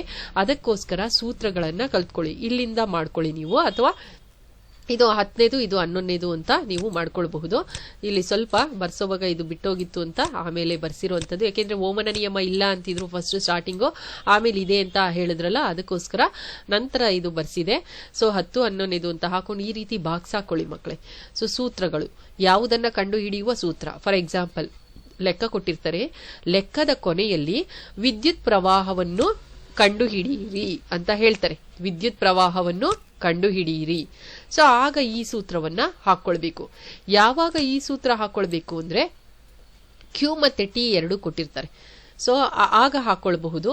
ಅಥವಾ ಕರೆಂಟ್ ಕ್ಯೂ ಕೇಳಿದ್ರೆ, ಅವರು ಕ್ಯೂ ಏನಾದ್ರು ಕೇಳಿದ್ರೆ ಅದನ್ನ ಆಮೇಲೆ ಹಾಕೊಳ್ಬಹುದು. ಸೊ ಆ ರೀತಿಯಾಗಿ ನೀವು ಮಾಡ್ಕೊಳ್ಬಹುದು ನೋಡಿ. ಇಲ್ಲಿ ನೆಕ್ಸ್ಟ್ ಬಂದ್ರೆ ವಿಭವಾಂತರವನ್ನು ಕಂಡು ಹಿಡಿಯಿರಿ. ಯಾವುದೋ ಒಂದು ಲೆಕ್ಕ ಕೊಟ್ಟಿರ್ತಾರೆ, ಅದರ ಕೆಲಸದ ದರ ಇಷ್ಟು, ಅದರ ಕೂಲಾಮ್ ಇಷ್ಟು ಅಂತ ಹೇಳ್ತಾರೆ. ವಿಭವಾಂತರವನ್ನು ಕಂಡು ಹಿಡಿಯಿರಿ ಅಂದ್ರೆ ಈ ಸೂತ್ರವನ್ನ ನೀವು ಹಾಕೊಳ್ಬಹುದು ಮಕ್ಕಳೇ. ಅದೇ ತರ ರೋಧವನ್ನು ಕಂಡು ಹಿಡಿಯಿರಿ, ರೋಧಶೀಲತೆಯನ್ನು ಕಂಡು ಹಿಡಿಯಿರಿ ಅಂದ್ರೆ ಈ ಸೂತ್ರಗಳನ್ನೆಲ್ಲ ನೀವು ಬೈಹರ್ಟ್ ಮಾಡಿದ್ರೆ ತುಂಬಾ ಈಸಿ ಆಗುತ್ತೆ. ಜೌಲನ ಉಷ್ಣೋತ್ಪಾದನಾ ನಿಯಮದ ಸೂತ್ರ. ಈಗ ಜೌಲನ ಉಷ್ಣೋತ್ಪಾದನಾ ನಿಯಮವನ್ನು ಬರೆಯಿರಿ ಅಂದ್ರೆ ನಿಮಗೆ ನಿಯಮ ಬೈಹರ್ಟ್ ಮಾಡಿರೋದು ಜ್ಞಾಪಕ ಬರದೇ ಇದ್ರೆ ಅಟ್ಲೀಸ್ಟ್ ಈ ಸೂತ್ರನಾದ್ರೂ ಬರೀರಿ ಮಕ್ಕಳೇ. ಸೊ ಈ ಸೂತ್ರ ಬರೆದ್ರೆ ನಿಮಗೆ ಈಸಿ ಆಗುತ್ತೆ. ಅಥವಾ ಸೂತ್ರದಲ್ಲೇ ಇರುತ್ತೆ ನಿಮಗೆ ಇದು ನಿಯಮ ಕೂಡ. ಸೊ ಜೌಲನ ಉಷ್ಣೋತ್ಪಾದನಾ ನಿಯಮದ ಪ್ರಕಾರ ವರ್ಗದ ವಿದ್ಯುತ್ ಪ್ರವಾಹದ ವರ್ಗಕ್ಕೆ ನೇರ ಅನುಪಾತದಲ್ಲಿರುತ್ತೆ, ರೋಧಕ್ಕೆ ನೇರ ಅನುಪಾತದಲ್ಲಿರುತ್ತೆ, ಕಾಲಕ್ಕೆ ನೇರ ಅನುಪಾತದಲ್ಲಿರುತ್ತೆ. ಅದೇನೇ ಜೌಲನ ಉಷ್ಣೋತ್ಪಾದನಾ ನಿಯಮ. ನೆಕ್ಸ್ಟ್ ವಿದ್ಯುತ್ ಸಾಮರ್ಥ್ಯವನ್ನು ಕಂಡುಹಿಡಿಯಿರಿ ಅಂತ ಎಲ್ಲಿರುತ್ತೆ? ಲೆಕ್ಕದ ಕೊನೆಯಲ್ಲಿ. ಏನ್ನ ಕಂಡುಹಿಡಿಯಿರಿ ಅಂತ ಹೇಳ್ತಾರೆ ನೋಡ್ಕೊಳ್ಳಿ, ಲೆಕ್ಕದ ಕೊನೆಯಲ್ಲಿ ಇರುತ್ತೆ ಅದು. ವಿದ್ಯುತ್ ಸಾಮರ್ಥ್ಯ ಕಂಡುಹಿಡಿಯಿರಿ, ಉಷ್ಣೋತ್ಪಾದನೆ ಎಷ್ಟು ಬಿಡುಗಡೆ ಆಯ್ತು ಕಂಡುಹಿಡಿಯಿರಿ, ಅಥವಾ ರೋಧಕಗಳ ಸರಣಿ ಜೋಡಣೆಯಲ್ಲಿ ಒಟ್ಟು ರೋಧವನ್ನು ಕಂಡುಹಿಡಿಯಿರಿ ಅಂತ RS ಇದು. ಸೊ ಅಥವಾ ರೋಧಕಗಳ ಸಮಾಂತರ ಜೋಡಣೆಯಲ್ಲಿ ಒಟ್ಟು ರೋಧವನ್ನು ಕಂಡುಹಿಡಿಯಿರಿ ಅಂದ್ರೆ ಅದರ ಸೂತ್ರಗಳನ್ನ ಕೊಟ್ಟಿದ್ದಾರೆ. ಅಥವಾ ಸ್ಥಿರಾಂಕವನ್ನು ಕಂಡುಹಿಡಿಯಿರಿ ಅಂತ ಹೇಳಿ. ವಿದ್ಯುತ್ ಪ್ರವಾಹ ಒಂದು ಯಾವುದೋ ಇದರಲ್ಲಿ ಲೆಕ್ಕವನ್ನ ಕೊಟ್ಟು ಅದರ ವಿದ್ಯುತ್ ಪ್ರವಾಹ ಇಷ್ಟಿದೆ, ರೋಧ ಇಷ್ಟಿದೆ, ಹಾಗಾದ್ರೆ ಅದರ ಸ್ಥಿರಾಂಕವನ್ನು ಕಂಡುಹಿಡಿಯಿರಿ ಅಂದ್ರೆ ಆಗ ಈ ಸೂತ್ರವನ್ನ ಹಾಕೊಳ್ಬೇಕು. ಈ ರೀತಿಯ ಪ್ರಶ್ನೆ ಕೇಳಿದಾಗ ಇದು ತುಂಬಾ ಯೂಸ್ ಆಗುತ್ತೆ ಮಕ್ಕಳೇ. ಒಂದು ಕಡೆ ಈ ರೀತಿಯಾಗಿ ನೀವು ಸೂತ್ರಗಳನ್ನ ಹಾಕೊಳ್ಳಿ. ಈ ರೀತಿಯಾಗಿ ಸೂತ್ರವನ್ನ ಏನ್ ಮಾಡ್ಬೇಕು, ನೀವು ಒಂದು ಕಡೆ ಬರ್ಕೊಂಡ್ರೆ ನಿಮಗೆ ತುಂಬಾ ಯೂಸ್ ಆಗುತ್ತೆ. ಒಂದು ಕಡೆ ಓದ್ದಂಗಾಗುತ್ತೆ. ಈಗ ನೀವು ಎಲ್ಲ SI ಮಾನ ಒಂದ್ ಕಡೆ ಓದ್ಕೊಂಡ್ರಿ. SI ಮಾನ ಯಾವ್ದಾದ್ರು ಒಂದ್ ಕೇಳಿದ್ರೆ ಆರಾಮಾಗಿ ಅಟೆಂಡ್ ಮಾಡ್ಬೋದು. ಎಲ್ಲ ಸೂತ್ರನೂ ಒಂದ್ ಕಡೆ ಬರ್ಕೊಂಡಿದ್ದೀರಾ. ಅವ್ರೇನಾದ್ರೂ ಲೆಕ್ಕ ಕೇಳಿದ್ರೆ ಅಟ್ಲೀಸ್ಟ್ ನಿಮಗೆ ಲೆಕ್ಕ ಮಾಡಕ್ ಬರ್ಲಿಲ್ವಾ, ಸೂತ್ರನಾದ್ರೂ ಬರೀರಿ. ಸೂತ್ರ ಬರೀತಿದ್ದಂಗೆ ಲೆಕ್ಕ ಗೊತ್ತಾಗುತ್ತೆ, ಡೈರೆಕ್ಟ್ ಲೆಕ್ಕ ಆದ್ರೆ. ಈ ಸಲ ಡೈರೆಕ್ಟ್ ಕ್ವಶನ್ಸೇ ಕೊಡ್ತೀನಿ ಅಂತ ಹೇಳಿರೋದ್ರಿಂದ ಕೊಡಬಹುದು. 90% ಡೈರೆಕ್ಟ್ ಕ್ವಶನ್ಸ್ ಕೊಟ್ರೆ ಅಕಸ್ಮಾತ್ ಈ ಸೂತ್ರ ನಿಮಗೆ ತುಂಬಾ ಯೂಸ್ ಆಗುತ್ತೆ. 3 ಮಾರ್ಕ್ಸ್ ಖಂಡಿತ ಬರುತ್ತೆ ನಿಮಗೆ. ಇನ್ನು ನೆಕ್ಸ್ಟ್ ಬಂದ್ರೆ ಮಕ್ಕಳೇ, ನಿಮಗೆ ಓಮನ ನಿಯಮವನ್ನು ಅಭ್ಯಸಿಸಲು ಬಳಸುವ ಚಿತ್ರ. ಸೊ ಇಲ್ಲಿ ರೇಖಾಚಿತ್ರ, ಯಾವ್ಯಾವ ಚಿತ್ರ ಬರಬಹುದು ಇಲ್ಲಿ ಅಂತ ಹೇಳ್ಬಿಟ್ಟು ಇಲ್ಲಿ ಸರಳ ವಿದ್ಯುತ್ ಮಂಡಲದ ಚಿತ್ರವನ್ನು ಬರೆಯಿರಿ ಅಂತ ಹೇಳಿದ್ರೆ ಈ ಚಿತ್ರವನ್ನ ಬರಿಬೇಕಾಗುತ್ತೆ. ಒಂದು ಸರಳ ವಿದ್ಯುತ್ ಮಂಡಲದ ಚಿತ್ರವನ್ನು ಬರೆಯಿರಿ ಅದ್ ಕೇಳಬಹುದು. ಅಥವಾ ಸರಣಿ ಕ್ರಮದಲ್ಲಿ ಜೋಡಿಸಿರುವ ರೋಧಕಗಳ ಚಿತ್ರ ಬರೀಬಹುದು, ಕೇಳಬಹುದು. ಅಥವಾ ಸಮಾಂತರವಾಗಿ ಜೋಡಿಸಿರುವ ರೋಧಕಗಳ ಚಿತ್ರ. ಇದರ ಜೊತೆಗೆ ಓಮನ ನಿಯಮವನ್ನು ಅಭ್ಯಸಿಸಲು ಬಳಸುವ ಒಂದು ವಿದ್ಯುತ್ ಮಂಡಲದ ಚಿತ್ರವನ್ನು ಬರೆಯಿರಿ ಅಂತ ಈ ಪಾಠದಲ್ಲಿ ನೋಡಿ. ಒಟ್ಟು 4 ಚಿತ್ರಗಳಿದೆ. ಓಮನ ನಿಯಮ ಅಂದ್ರೆ ಅಭ್ಯಸಿಸಲು ಬಳಸುವ ಸೂತ್ರ ಅಂದ್ಬಿಟ್ಟು ಒಂದು ಬಾಕ್ಸ್ ಒಳಗಡೆ ಇದೆ ಅದು ಚಿತ್ರ. ಒಂದು ಬಾಕ್ಸ್ ಒಳಗಡೆ ನಿಮ್ಮ ಟೆಕ್ಸ್ಟ್ ಬುಕ್ ಅಲ್ಲಿ ಬಾಕ್ಸ್ ಒಳಗಡೆ ಓಮನ ನಿಯಮ ಅಂದ್ರೆ ಈ ಕಡೆ ಇದೆ ನೋಡಿ ಆ ಚಿತ್ರ. ಓಮನ ನಿಯಮ ಆಯ್ತಲ್ಲ, ಅದ್ರ ಹಿಂದಿನ ಪೇಜ್ ಅಲ್ಲಿ ಇದು ಇದೆ. ಅದನ್ನ ನೀವು ಬೇಕು ಅಂದ್ರೆ ನೋಡ್ಕೊಳ್ಳಿ, ಅದು ಇಂಪಾರ್ಟೆಂಟ್. ಸೊ ಒಟ್ಟು 4 ಚಿತ್ರವನ್ನ ಈ ಪಾಠದಲ್ಲಿ ನೀವು ಕಲ್ತ್ಕೊಳ್ಬೇಕಾಗುತ್ತೆ. ನೋಡ್ಕೊಳ್ಳಿ. ಸರಳ ವಿದ್ಯುತ್ ಮಂಡಲ, ಸರಣಿ ಕ್ರಮದ ಜೋಡಣೆ ಮತ್ತು ಸಮಾಂತರ ಜೋಡಣೆ, ಓಮನ ನಿಯಮವನ್ನು ಅಭ್ಯಸಿಸಲು ಬಳಸುವ ಸೂತ್ರ. ಓಮನ ನಿಯಮ ಪೇಜ್ ಇದೆಯಲ್ಲ, ಅದರ ಹಿಂಭಾಗದ ಪೇಜ್ ಅಲ್ಲಿ ಒಂದು ಚಾರ್ಟ್ ತರ ಈ ತರ ಬಾಕ್ಸ್ ತರ ಇದೆಯಲ್ಲ, ಅದರ ಒಳಗಡೆ ಈ ರೈಟ್ ಸೈಡ್ ಅಲ್ಲಿ ಇಲ್ಲಿದೆ. ಸೊ ಅದು 4 ಚಿತ್ರಗಳನ್ನ ಕಲ್ತ್ಕೊಳ್ಳಿ. ಇನ್ನು ನೆಕ್ಸ್ಟ್ ಬಂದ್ರೆ ವಿದ್ಯುತ್ ಮಂಡಲದಲ್ಲಿ ಉಪಯೋಗಿಸುವಂತಹ ಸಾಮಾನ್ಯ ಚಿಹ್ನೆಗಳು. ಈಗ ವಿದ್ಯುತ್ ಮಂಡಲದಲ್ಲಿ ಈ ಚಿಹ್ನೆಗಳು ಬಹಳ ಇಂಪಾರ್ಟೆಂಟು. ನಿಮ್ಮ ಟೆಕ್ಸ್ಟ್ ಬುಕ್ ಅಲ್ಲೇ ಇದೆ ಈ ಕೋಷ್ಟಕ. ಇದು ಕೂಡ ನೀವು ನೋಟ್ಸ್ ಅಲ್ಲಿ ಬರ್ಕೊಂಡ್ರೆ ತುಂಬಾ ಈಸಿ. ಏನೆಲ್ಲ ಓದ್ಬೇಕು ಅನ್ನೋದು ಒಂದು ಕಡೆ ಇದ್ರೆ ಎಲ್ಲೂ ಹುಡ್ಕೋ ತರ ಇರೋದಿಲ್ಲ, ಆರಾಮಾಗಿ ಓದ್ಕೊಳ್ಬಹುದು. ಇದನ್ನ ನೀವು ಓದ್ಕೊಳ್ಬೇಕಾಗುತ್ತೆ. ಫಾರ್ ಎಕ್ಸಾಂಪಲ್, ಅವರೇ ಚಿಹ್ನೆಯನ್ನ ಕೊಡ್ತಾರೆ. ಈ ಚಿಹ್ನೆ ಏನನ್ನು ಸೂಚಿಸುತ್ತದೆ? ವಿದ್ಯುತ್ ಕೋಶ ಅಥವಾ ಸೆಲ್ ಅನ್ನು ಸೂಚಿಸುತ್ತದೆ. ಇದು ನೋಡಿ, ಸಂಯೋಜನೆ, ವಿದ್ಯುತ್ ಕೋಶದ ಸಂಯೋಜನೆ. ಇದು ಅಂದ್ರೆ ಅನೇಕ ಸೆಲ್ಗಳನ್ನ ಜೋಡಿಸಿರುವಂತದ್ದು. ನೋಡಿ, ಇದು ತೆರೆದ ಪ್ಲಗ್ ಕೀ. ನೋಡಿ, ಇಲ್ಲಿ ಒಂದು ಚಿಕ್ಕಿ ಇಲ್ಲ, ಅದಕ್ಕೋಸ್ಕರ ತೆರೆದ ಪ್ಲಗ್ ಕೀ ಅಂತಾರೆ. ಇಲ್ಲಿ ಚುಕ್ಕಿ ಹಾಕಿದ್ರೆ ಮುಚ್ಚಿದ ಪ್ಲಗ್ ಕೀ ಅಂತ ಹೇಳ್ತಾರೆ. ನೆಕ್ಸ್ಟ್ ಬಂದ್ರೆ ತಂತಿಗಳು ಸೇರುವ ಸ್ಥಳ. ತಂತಿಗಳು ಸೇರುವ ಸ್ಥಳದ ಚಿಹ್ನೆಯನ್ನು ಬರೆಯಿರಿ ಅಥವಾ ಈ ಚಿಹ್ನೆ ಏನನ್ನು ಸೂಚಿಸುತ್ತದೆ. ಈ ರೀತಿಯಾದ ಪ್ರಶ್ನೆ ಇದನ್ನ ಕೊಟ್ಟು ಇದನ್ನ ಕೇಳಬಹುದು ಅಥವಾ ಇದನ್ನ ಕೊಟ್ಟು ಇದನ್ನ ಕೇಳಬಹುದು. ಅದನ್ನ ನೋಡ್ಕೊಳ್ಬೇಕು. ಸೇರ್ಪಡೆ ಇಲ್ಲದೆ ದಾಟಿದ ತಂತಿಯ ಒಂದು ಚಿಹ್ನೆಯನ್ನು ಬರೆಯಿರಿ ಅಂತ ಹೇಳಿದ್ರೆ ಇದನ್ನ ಬರಿಬೇಕಾಗುತ್ತೆ. ಅಥವಾ ಈ ಚಿಹ್ನೆಯನ್ನ ಅವರು ಕೊಟ್ಟು ಇದು ಏನನ್ನು ಸೂಚಿಸುತ್ತದೆ, ವಿದ್ಯುತ್ ಮಂಡಲದಲ್ಲಿ ಈ ಚಿಹ್ನೆ ಏನನ್ನು ಸೂಚಿಸುತ್ತದೆ ಅಂದ್ರೆ ಇದನ್ನ ಬರಿಬೇಕಾಗುತ್ತೆ. ಇನ್ನು ಇದು ಬಲ್ಬ್ನ ಬಗ್ಗೆ, ಇದು ರೋಧ ಬಗ್ಗೆ, ಇದು ರಿಯೋಸ್ಟಾಟಿನ ಬಗ್ಗೆ ಅಥವಾ ಬದಲಾಯಿಸಿದ ರೋಧದ ಬಗ್ಗೆ, ಆಮೀಟರ್ ಮತ್ತು ವೋಲ್ಟ್ ಮೀಟರ್. ಆಮೀಟರ್ ಎ ನೋಡಿ, ಇದು ವೋಲ್ಟ್ ಮೀಟರ್ ವಿ. ಸೊ ಈ ರೀತಿಯಾಗಿ ನೀವು ಈ ಚಾರ್ಟ್ ಅನ್ನು ಕೂಡ ಓದ್ಕೊಳ್ಬೇಕಾಗುತ್ತೆ. ಒಟ್ಟು ನಾನು ಎಷ್ಟು ಚಾರ್ಟ್ ಅನ್ನ ತೋರಿಸಿದೀನಿ, ಇಲ್ಲಿ 4 ಚಾರ್ಟ್ ಅನ್ನ ತೋರಿಸಿದೀನಿ. ಒಂದು ಎಲ್ಲಾ ಈ ಪಾಠದಲ್ಲಿ ಇರುವಂತಹ ಎಲ್ಲಾ SI ಮಾನದ ಬಗ್ಗೆ ಹೇಳಿದೀನಿ. ನಂತರ ಈ ಪಾಠದಲ್ಲಿ ಬರುವ ಎಲ್ಲಾ ಲೆಕ್ಕಗಳ ಸೂತ್ರಗಳನ್ನ ಒಂದು ಕಡೆ ಹಾಕಿದೀನಿ. 11 ಸೂತ್ರಗಳಿದೆ. 11 ಸೂತ್ರಗಳನ್ನ ನೀವೇನ್ ಮಾಡ್ಬೇಕು, ಬೈ ಹರ್ಟ್ ಮಾಡ್ಕೊಳ್ಬೇಕು. ಈ ಪಾಠದಲ್ಲಿ 4 ಚಿತ್ರಗಳಿದೆ. 4 ಚಿತ್ರಗಳನ್ನ ನೀವು ಕಲ್ತ್ಕೊಳ್ಳಿ. ನೆಕ್ಸ್ಟ್ ಬಂದ್ರೆ ಈ ಪಾಠದಲ್ಲಿ ಬರುವಂತಹ ಎಲ್ಲಾ ಚಿಹ್ನೆಗಳನ್ನ ಕಲ್ತ್ಕೊಳ್ಳಿ. ಅದು ಬಿಟ್ರೆ ನಿಮಗೆ ಒಟ್ಟು ಪ್ರಶ್ನೆಗೆ ಉತ್ತರಗಳು ಕೂಡ ಇಲ್ಲಿ ಬರ್ದಿದೆ. ಸೊ ಪ್ರಶ್ನೆಗೆ ಉತ್ತರ ಪ್ಯಾರಾ ವೈಸ್ ಬರ್ದಿದೆ. ಸೊ ನೇರ ಪ್ರಶ್ನೆಗಳನ್ನೇ ನಾನಿಲ್ಲಿ ಬರ್ದಿದ್ದೀನಿ. ಯಾವ ಅಪ್ಲಿಕೇಶನ್ ಕ್ವಶನ್ಸ್ಗೂ ನಾನಿಲ್ಲಿ ಕಾನ್ಸಂಟ್ರೇಟ್ ಮಾಡಿಲ್ಲ.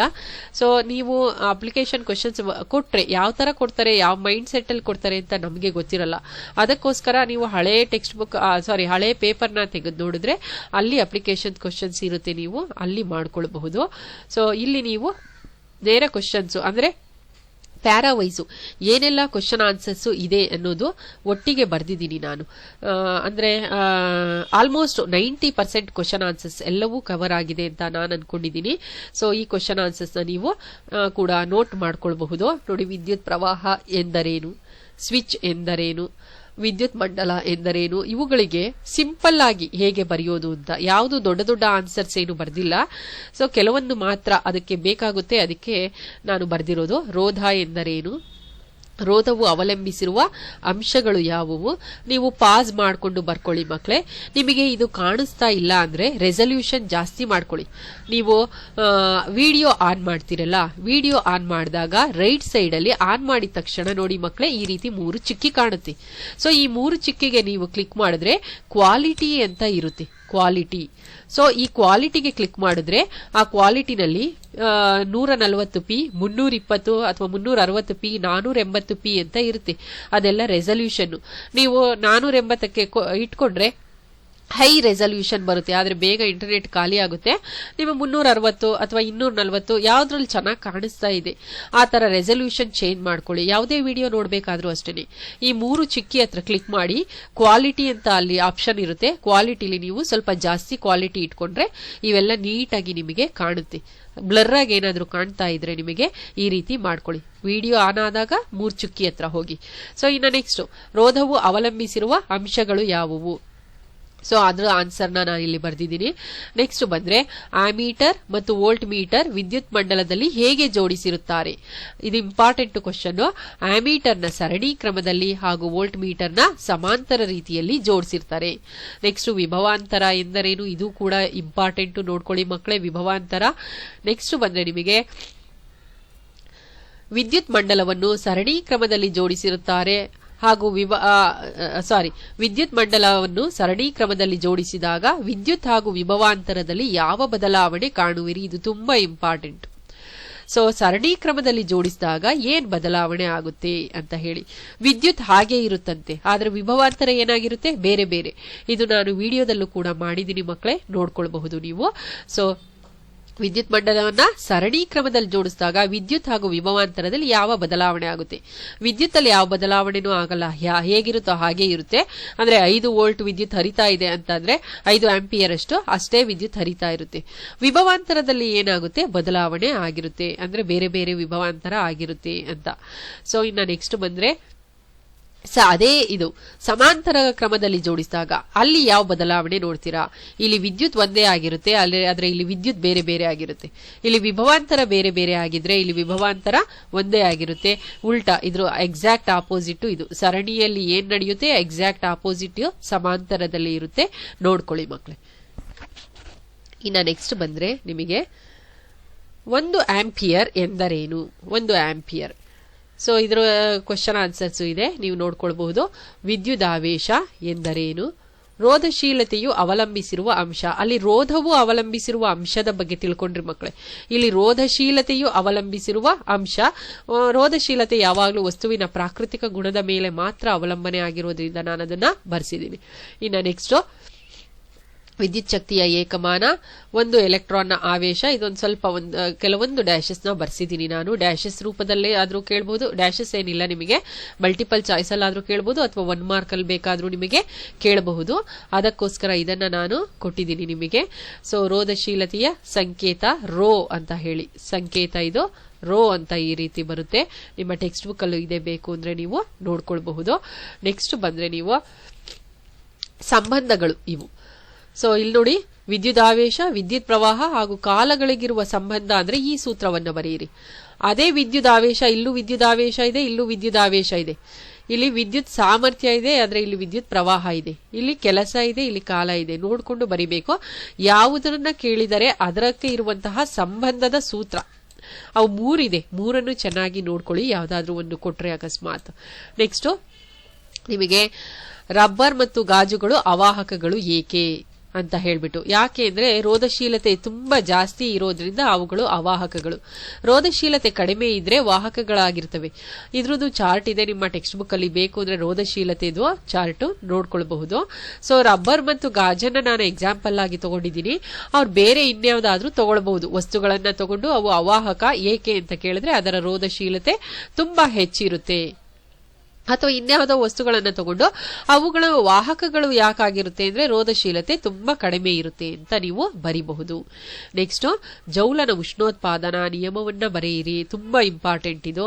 ನೆಕ್ಸ್ಟ್ ವಿದ್ಯುತ್ ಸಾಮರ್ಥ್ಯ ಎಂದರೇನು? ಇವುಗಳ ಬಗ್ಗೆ ಕೇಳಿದರೆ ಇದನ್ನು ಕೂಡ ನೀವು ನೋಟ್ಸ್ ಅನ್ನ ಮಾಡ್ಕೊಳ್ಬೇಕಾಗುತ್ತೆ, ಕಲ್ತ್ಕೊಳ್ಬೇಕಾಗುತ್ತೆ. ವಿದ್ಯುತ್ ಸಾಮರ್ಥ್ಯ ಮತ್ತು ಅದರ ಸೂತ್ರವನ್ನ ನೀವು ಕಲ್ತ್ಕೊಳ್ಳಿ. ನೆಕ್ಸ್ಟ್ ಬಂದ್ರೆ ನೀವು ವಿದ್ಯುತ್ ಪ್ರವಾಹದ ಉಷ್ಣೋತ್ಪಾದನಾ ಪರಿಣಾಮದ ಅನ್ವಯ ಅಂದ್ರೆ ಜೌಲನ ಉಷ್ಣೋತ್ಪಾದನಾ ನಿಯಮದ ಅನ್ವಯಗಳು ಎಲ್ಲೆಲ್ಲಿ ಉಪಯೋಗಿಸ್ತಾರೆ ಅಂತ ಉಪಯೋಗಗಳನ್ನು ಬರೆಯಿರಿ ಅಥವಾ ಅನ್ವಯಗಳನ್ನು ಬರೆಯಿರಿ, ಎರಡೂ ಒಂದೇ ಮಕ್ಕಳೇ.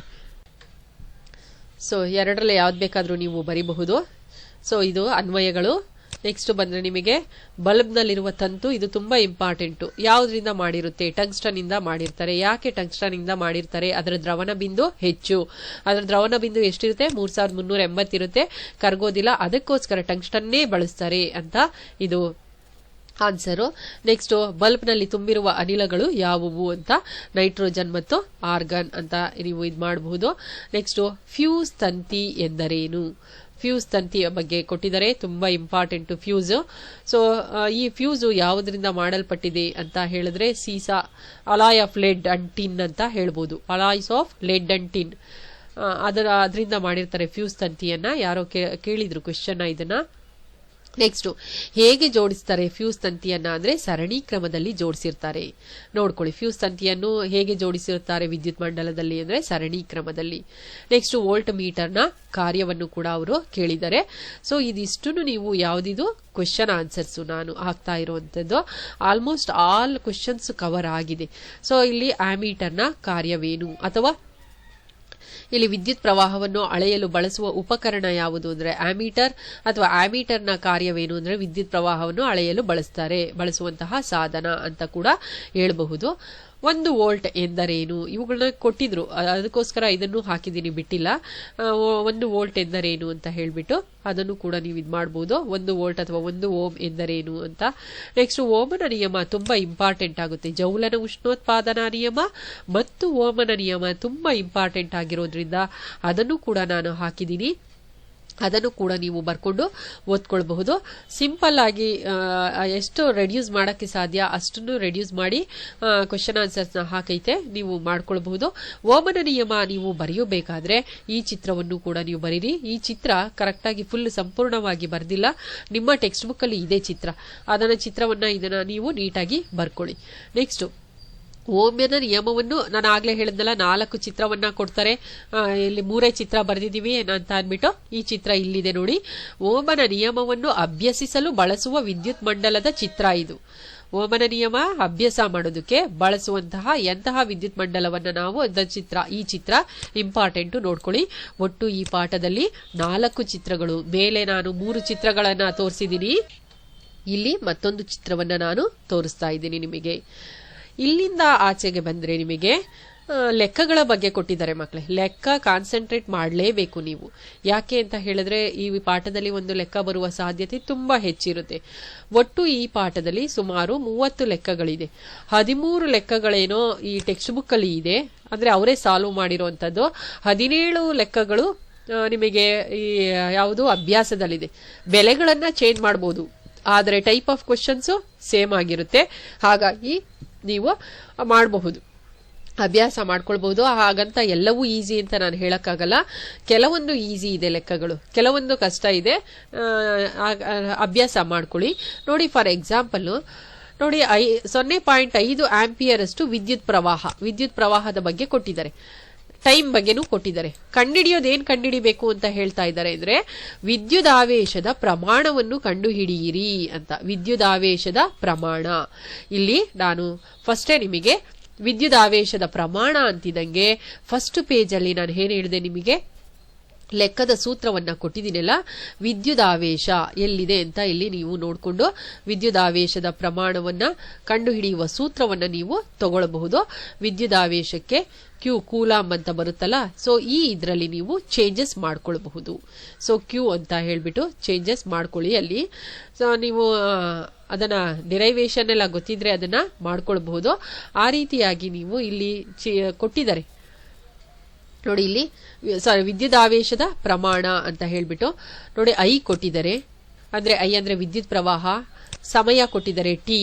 ಯಾವಾಗ್ಲೂ ಸಮಯ ಕೊಟ್ಟಾಗ ನೀವೇನ್ ಮಾಡ್ಬೇಕು ಅಂತ ಹೇಳಿದ್ರೆ, ನೀವು ಅವರು ಸೆಕೆಂಡ್ಗಳಲ್ಲಿ ಕೊಟ್ಟಿದ್ದಾರೆ ನೋಡಿ. 10 ನಿಮಿಷಗಳ ಕಾಲ ಪ್ರವಹಿಸುತ್ತೆ ಅಂತ ಹೇಳಿದರೆ 10 ನಿಮಿಷ ಅಂತ ಹೇಳಿದಾಗ ನೀವು ಸೆಕೆಂಡ್ಗೆ ಕನ್ವರ್ಟ್ ಮಾಡಿ. ಅದನ್ನ ಸೆಕೆಂಡ್ಗೆ ಕನ್ವರ್ಟ್ ಮಾಡಿಕೊಂಡು ನಂತರ ಬರೀ. ನಿಮಿಷದಲ್ಲಿ ಕೊಟ್ಟಿದ್ದಾರೆ, ಸೆಕೆಂಡ್ಗೆ ಕನ್ವರ್ಟ್ ಮಾಡಿ. ಸೆಕೆಂಡ್ ಅಂದಾಗ 1 ನಿಮಿಷಕ್ಕೆ 60 ಸೆಕೆಂಡ್ ಅಲ್ವಾ, ಇಂಟು 60 ಮಾಡ್ಕೊಂಡ್ರೆ ನಿಮಗೆ ಸೆಕೆಂಡ್ ಅಲ್ಲಿ ಬರುತ್ತೆ.